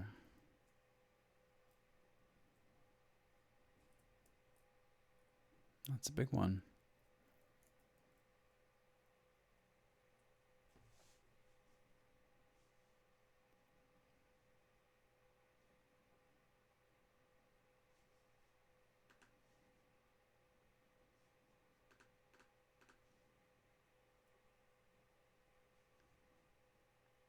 Oh, I missed the fight to the end. Nice.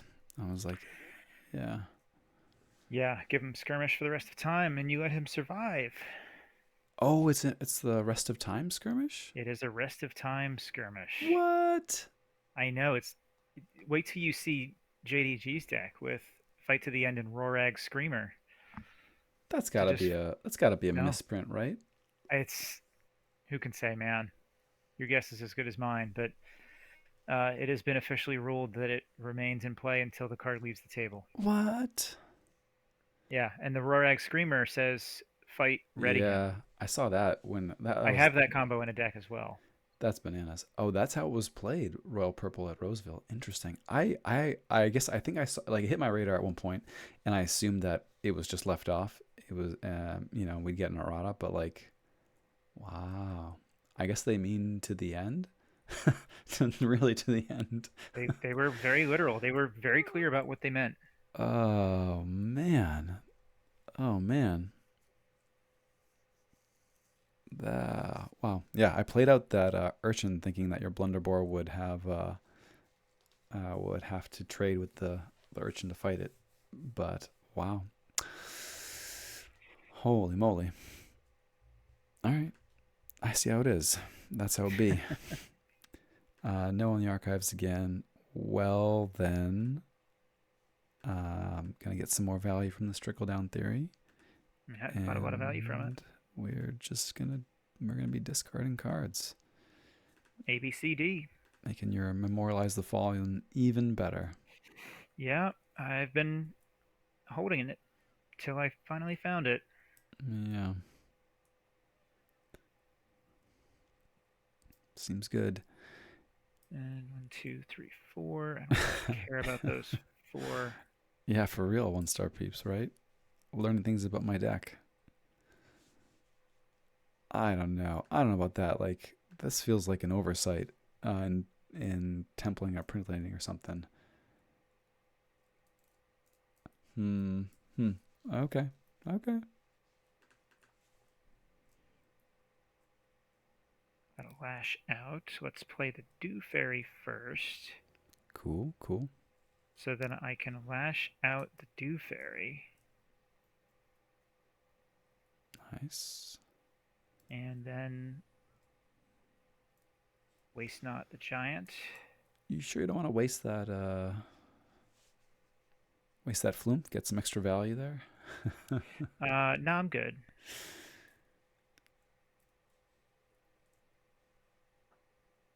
Let's memorialize now.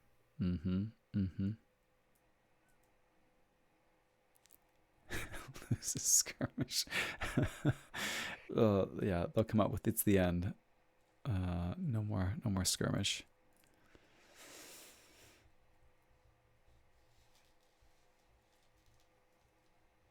Hmm. All Hmm. right.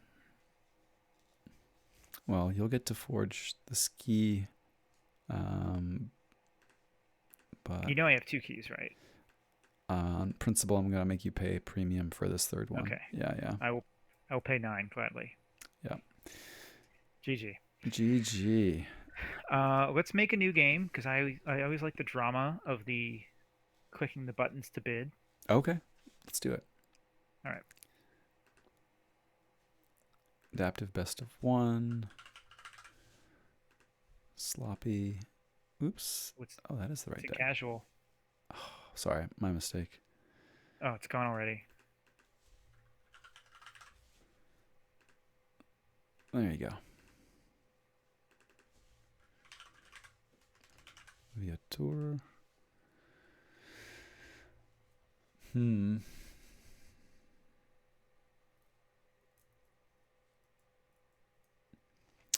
Okay.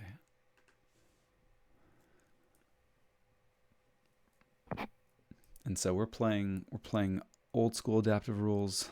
I get to choose. Yep. Okay.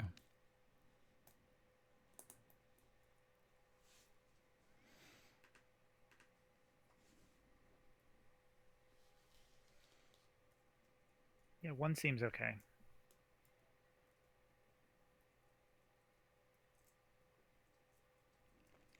Yeah. Thinking.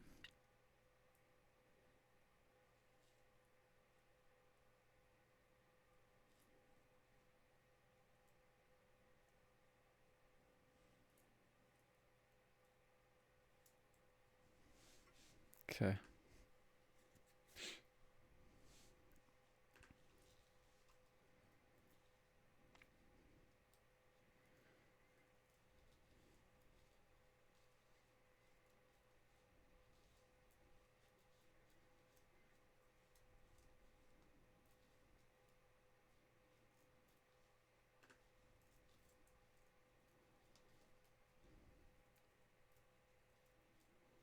All right. I'll let you take it. All right. I assume you want to go first. I'll go first. 6 chains. Okay. Cool. Good luck. Have fun. Good luck. Have fun.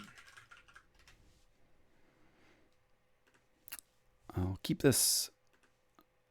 Play this rickety cyber giant for an amber.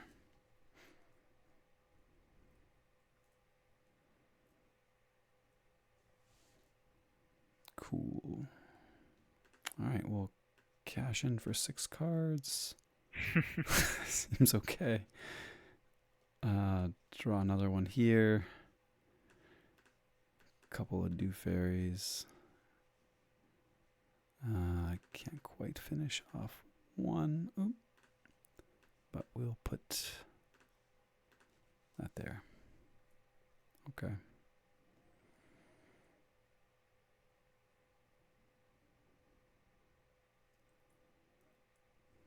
Guitar. Nice. And still looter pillage. Nice.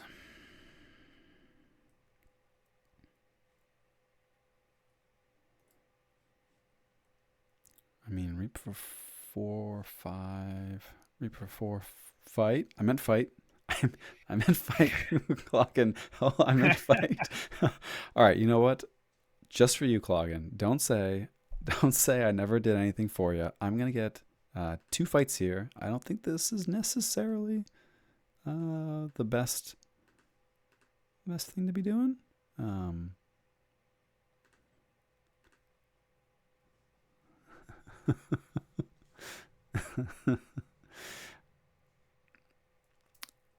yeah.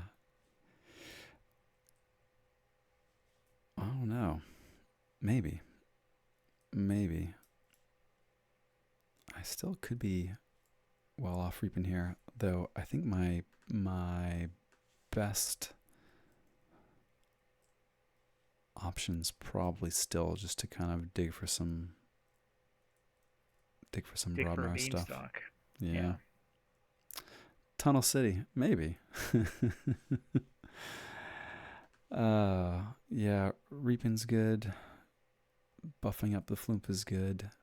Getting out, moving some of these cards is good.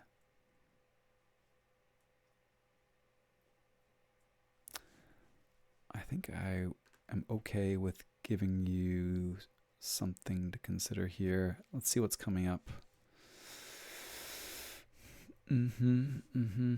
Well, interesting. Interesting.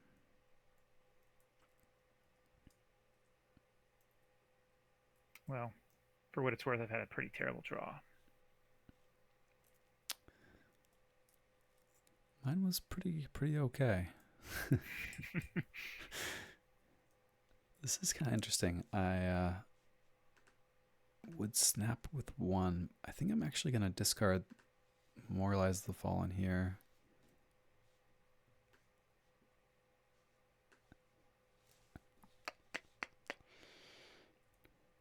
Yeah. Play out Hayden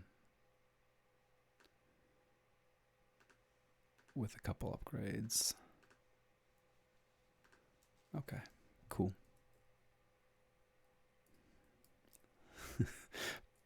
Probably clogging, probably tunneling. Though, yeah, I don't know. You'll have to tell us after what I was missing out on.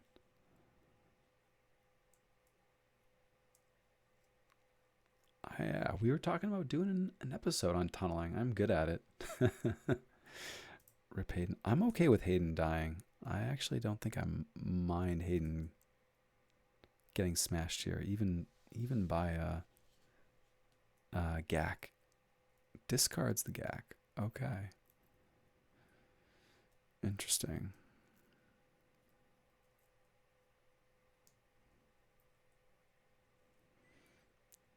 That's interesting.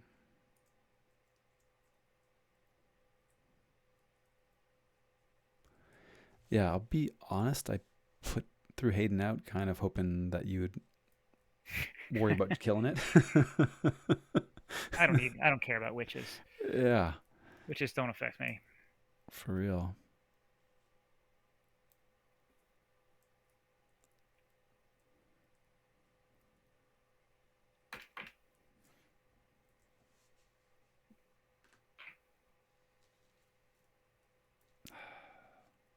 Man, still seems good.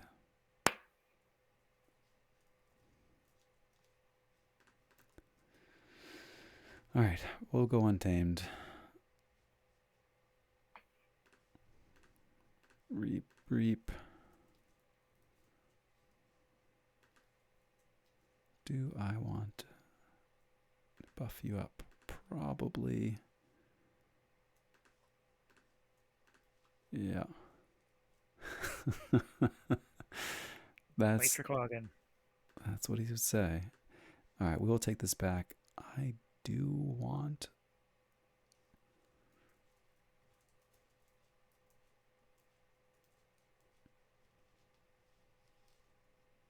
I'm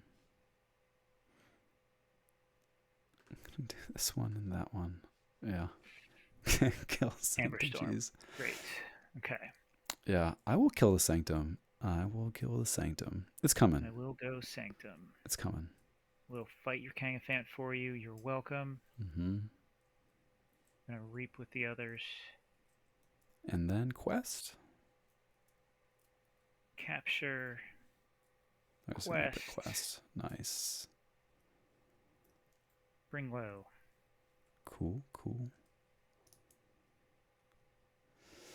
Yeah, it was coming. I don't think I'm throwing my whole board into killing one Sanctum Duder, two Sanctum Duders, one Sanctum Duder. Yeah. I don't know. Would have cost you your Dew Fairies. Would have cost me both Dew Fairies to kill one Sanctum creature? Maybe. I don't know. I'm not sure I was moving the needle on the quest. I know what you mean. But, okay. What's the Yoda meme? There is no try. So I was do nodding. I was do fairy nodding. Totally. Okay, so neighbors have elusive. That's cool. I'm going to get lots of amber and probably kill them anyway here. We'll kill them anyway. That's cool. What did you get chains from? From bidding. Oh, I was like, you still have chains? It's turn 6. How do you still have two chains? I had a big waist knot and then Oh, you just didn't draw. just didn't draw. Yeah, yeah. So what do we got here? 5. So 4, 7. So these are both dying. Do I want to have a bigger dude there? Doesn't matter. Yep.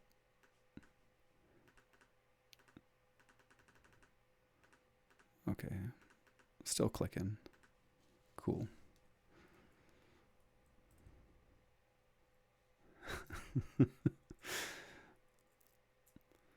All right. Now we'll do this like epic quest slash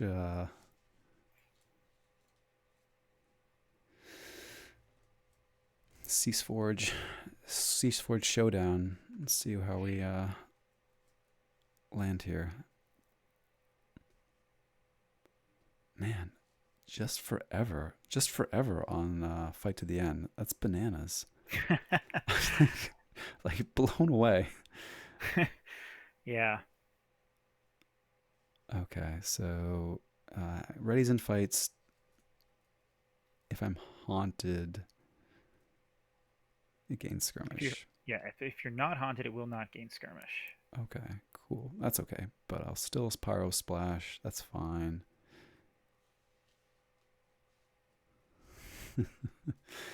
Yeah. Think we're gonna have time to make Amber under the Cease Forge anyway.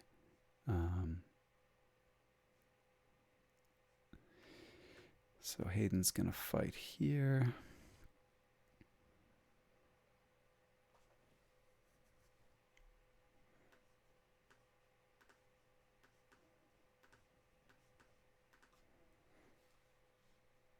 And let me just count your Tide Razors real quick. So you have double Ewer under the archives. They were Salvador's. They were Salvador's. Okay. So no Ewers in archives. That is Yes. correct. You have a Ewer. Wait, no, I did have a Ewer. Yeah, I have a Ewer in there. You were Three lying. Salvadors. It's not lying if I don't realize what I'm doing. You were lying? Quick draw? No, I said it's not lying if I don't know what I'm doing. I'm gonna say it one more time. You were? No. Third time's a charm. All right, that's all you got? That's all I got. That's all I got. No. Pretty weak. I've been really, really playing around this bad chemistry, setting myself up for max value.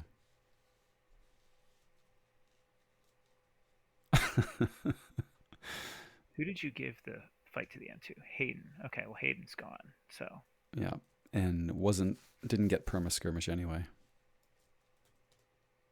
that one, that one, that one.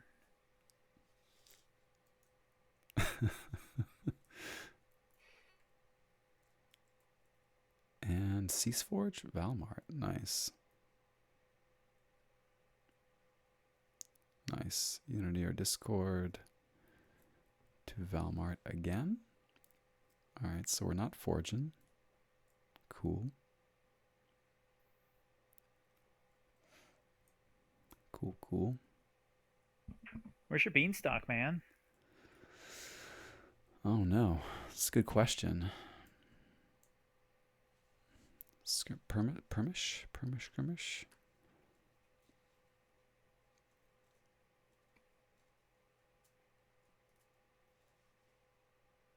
Hmm.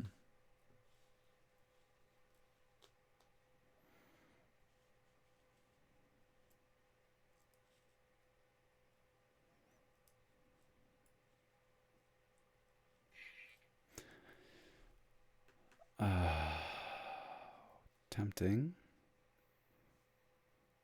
I think we have to go Brobnar, though, to get this Blunderbore out to do some fighting.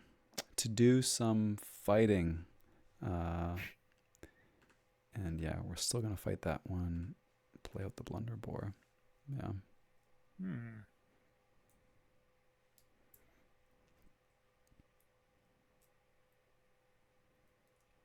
We'll go star. Two Gax? Or two Two Gax, but I Gax? discarded one. Okay. Okay.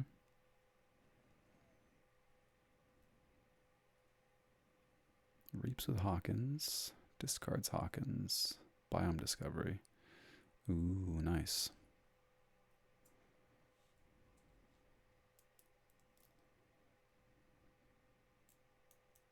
There it There's the Cease is. Forge. Cool. Oofa doofa. Well, hmm.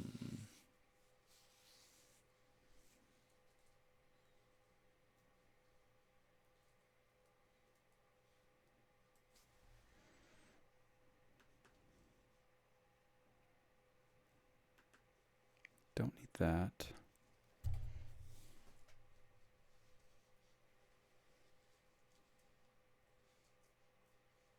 Mm-hmm. Mm-hmm.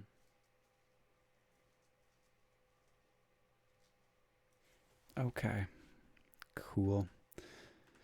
Brobnar it is. There's the beanstalk. That's great. Mm-hmm. I am haunted. That's cool. So I can reap and then permish that blunderbore. Reap. Do that thing.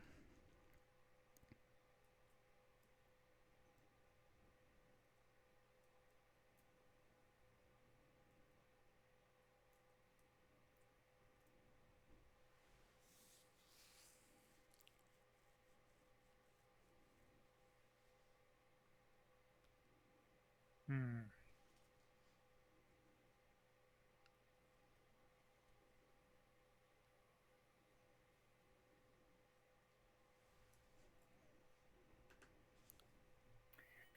Sanctum will not take the archive. Yeah.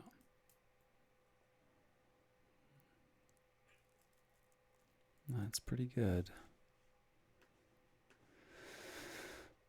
Hmm.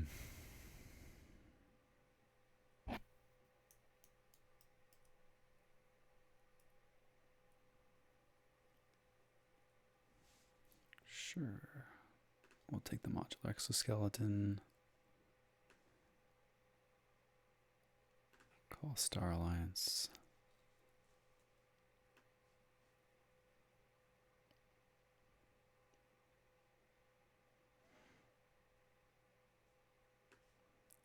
Scout Peak comes down. Corporal Bridger. We're in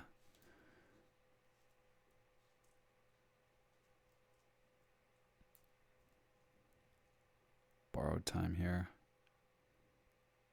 Anyway, but we'll let it go. Play Myers to Pete again. Smash that shock herder away. Exoskeleton on Myers. Discard there. Cool. Aha. And Cease Forge is fantastic. Yeah, very nice.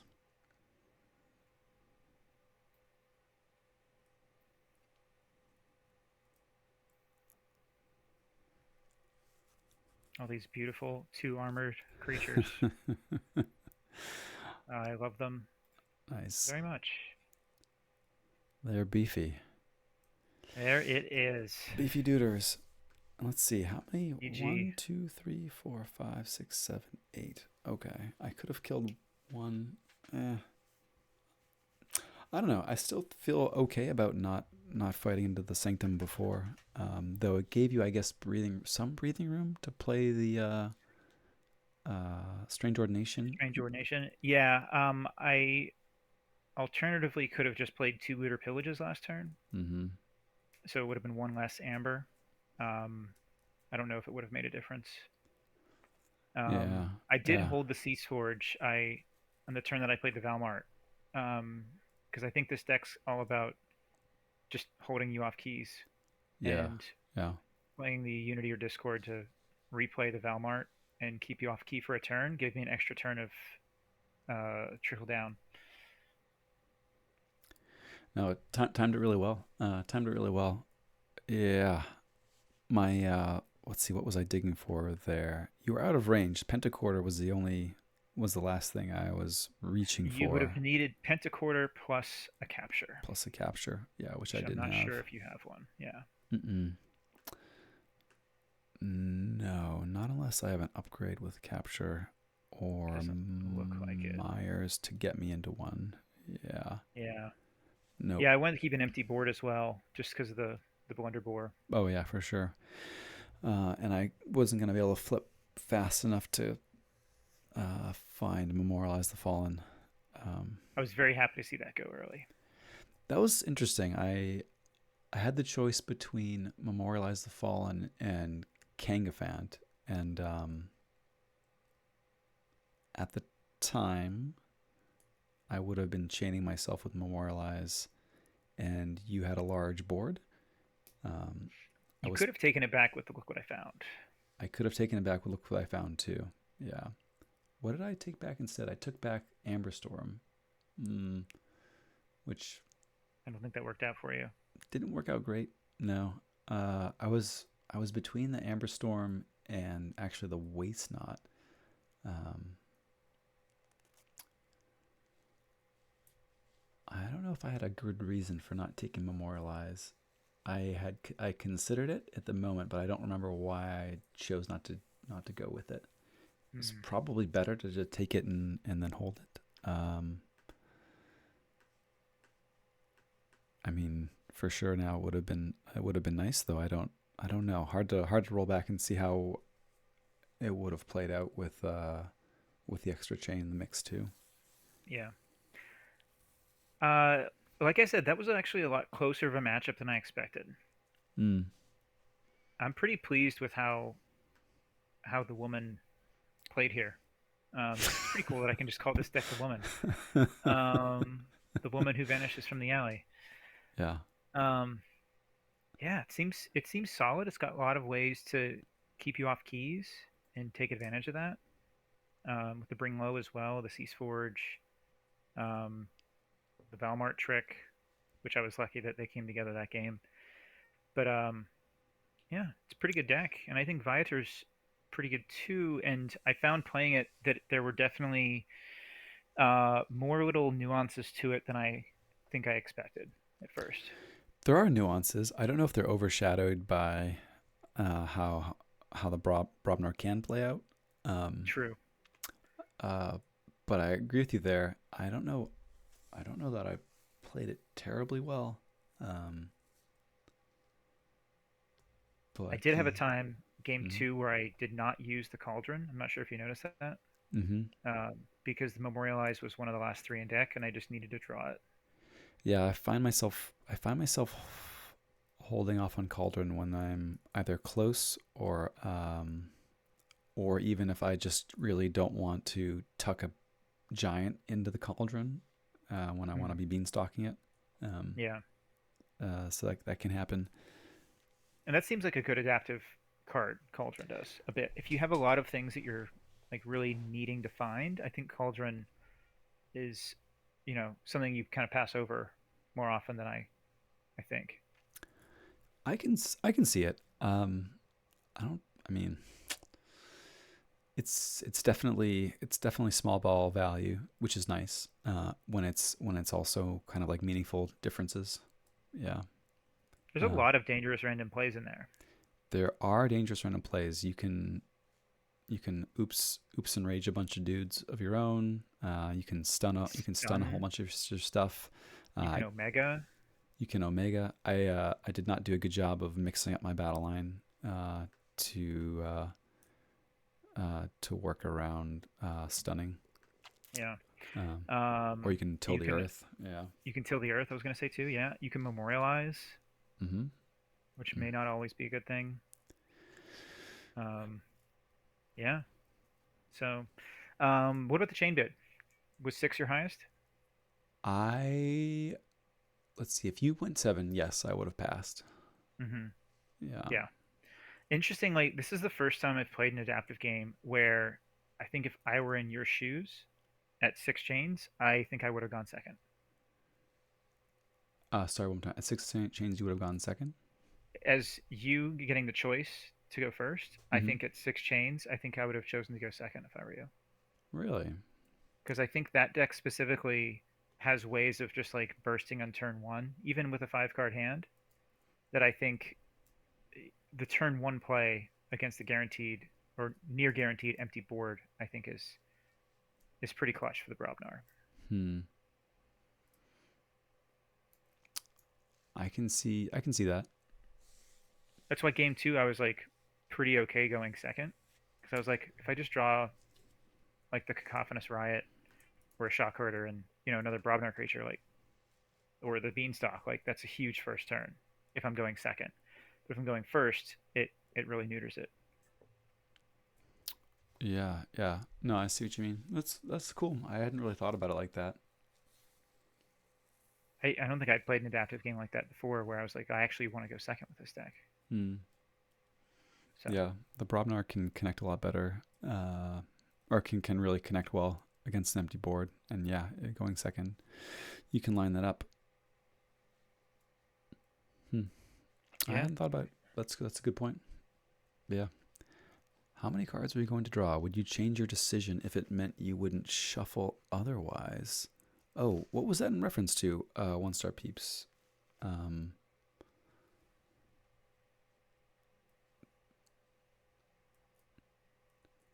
going to shuffle otherwise.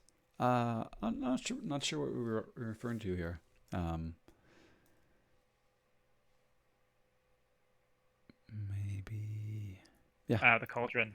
Called There were Memorialize. Ah, three yeah. cards left in deck, and I think there was nothing on Cauldron at the time. So it would have meant that I would have had to wait 2 more turns to play the Memorialize, and it might not even be a good time to play it at that point. So I just wanted to have the control over it. I was also hoping that you wouldn't shuffle when you did, Mm-hmm. because I could have played it to make you lose everything and not be able to forge your second key. So you did shuffle. I was really hoping to draw it on my waste not, like a turn or two before that, Sure. but I didn't. Yeah. Hmm. Interesting. Interesting. Yeah. Yeah, Uh, Hayden can run away with games too. Um, if it comes down wearing exoskeleton and a couple other upgrades. exoskeleton on there is really good. It's all. I like the exoskeleton in here a lot. You have a number of. I mean, sticky do fairies, or even. I mean, Hayden obviously, or any of your Brobner. I mean, anything to boost up waste not to, and then it comes back later on a star dude is fine. Um, Yeah, yeah, I don't hate that. Um, cool deck. Very cool. it's cool. It's cool. So I don't know. Have you changed your opinion at all on it, on how it's stacks up for an adaptive choice? A little bit. Um, just a little bit. I don't love it, but I don't hate it. Okay. I do think that the Brobnar, like, for me, the second game, it took a very long time to get going, and then for your third game, you really never got going.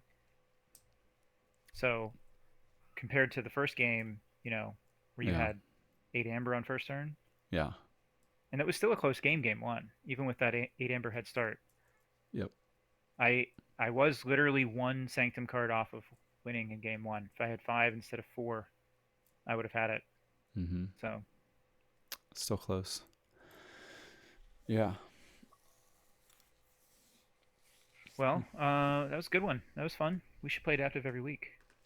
I think we can mix in, do more adaptive short. Certainly, that'd be cool. Yeah. Yeah. Full Yeah, adaptive every week might be tough. The best of I three think. logistics, but Yeah, yeah. If we had played adaptive short tonight, I think I would have gone over 6 on Viator hmm. because the game was a lot closer than I expected. So my game one definitely influenced like my max bid for game three.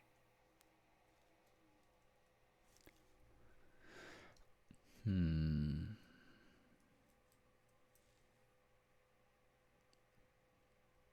I think I likely would have as well.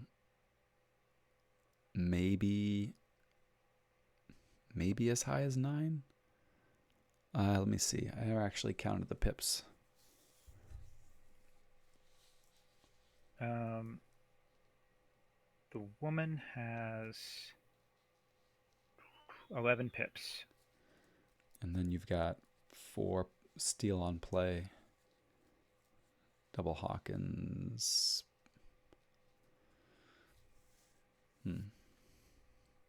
Yeah. And the Epic Quest is responsible for a pretty decent amount of expected amber. Actually, Hmm. it's not giving it any. Why isn't it giving it any? Is it other? Okay, yeah, it's other. Hmm. That Epic Quest seems pretty highly rated in here by Saz. It's a 6 for other.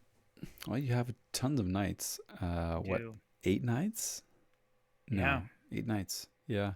No other archiving, but sticky, beefy dudes. Yeah. Hmm. I mean, against the deck with no creature control, you can just put out a Sanctum board and win the game. Yeah. Yeah, I was actually had mixed feelings about the quest in this game. Um, I mean, you could have handled that board very easily with your Robnar. yeah, if it came together, sure, Yeah. sure. If it Yeah. came together, interesting, cool. Well, good one. Yeah, I definitely Yeah. would like to play some more adaptive short. Could make it semi. I don't know, fixture for Let's do it. the post discussion games. I think it'd be fun too to reboot some of the like. We did this leading up to one of our first adaptive discussions, sending out kind of pairs of decks and having folks let us know what they would bid. Um, Hmm. could be cool to start that up and maybe lead into a revisit on adaptive short bidding. Um, We could. but yeah, not Don't tonight. forget, for anyone still listening, to let Gigi know how much you want to see adaptive back. Oh no. Yeah, I don't know. Maybe we can get when we're in Rochester, we can get some folks out for some drinks after, and spread some love there. I will definitely be letting my opinion known there. Ooh, ooh, interesting. Happy to be All right. So, wrong. Oh yeah, did chat's you here. have tunnel vision on the Epic Quest? Uh, I definitely did have tunnel vision on the Epic Quest in Game Two. Um, however, I would love, or not. However, I admit fully to having tunnel vision to Epic Quest in Game Two, wanting to see it fire. I'd love to hear like what feels like a reasonable winning line that doesn't involve an Epic Quest key in that game. Yeah. Yeah, I just don't think that it was able to generate enough amber to forge 3 keys naturally. So I think I definitely agree with the Epic Quest tunneling. Um, and I appreciate too that it felt like falling flat with it not firing. Feels like very anticlimactic to look at 6 cards in hand plus archives of Sanctum, uh, Hmm. and then having turns where you feel like you're stuttering, um, and holding back a little. I don't know, and I'm totally could be wrong here, but I think I felt as though pulling the trigger on the Sanctum earlier, trying to establish a board, it would have succumbed to Brobnar, and I would have lost my lifeline there. Um, yeah, I don't know. I acknowledge that it was tunneling. Uh, I acknowledge it was tunneling. Even in retrospect, I'm not sure if I see the like.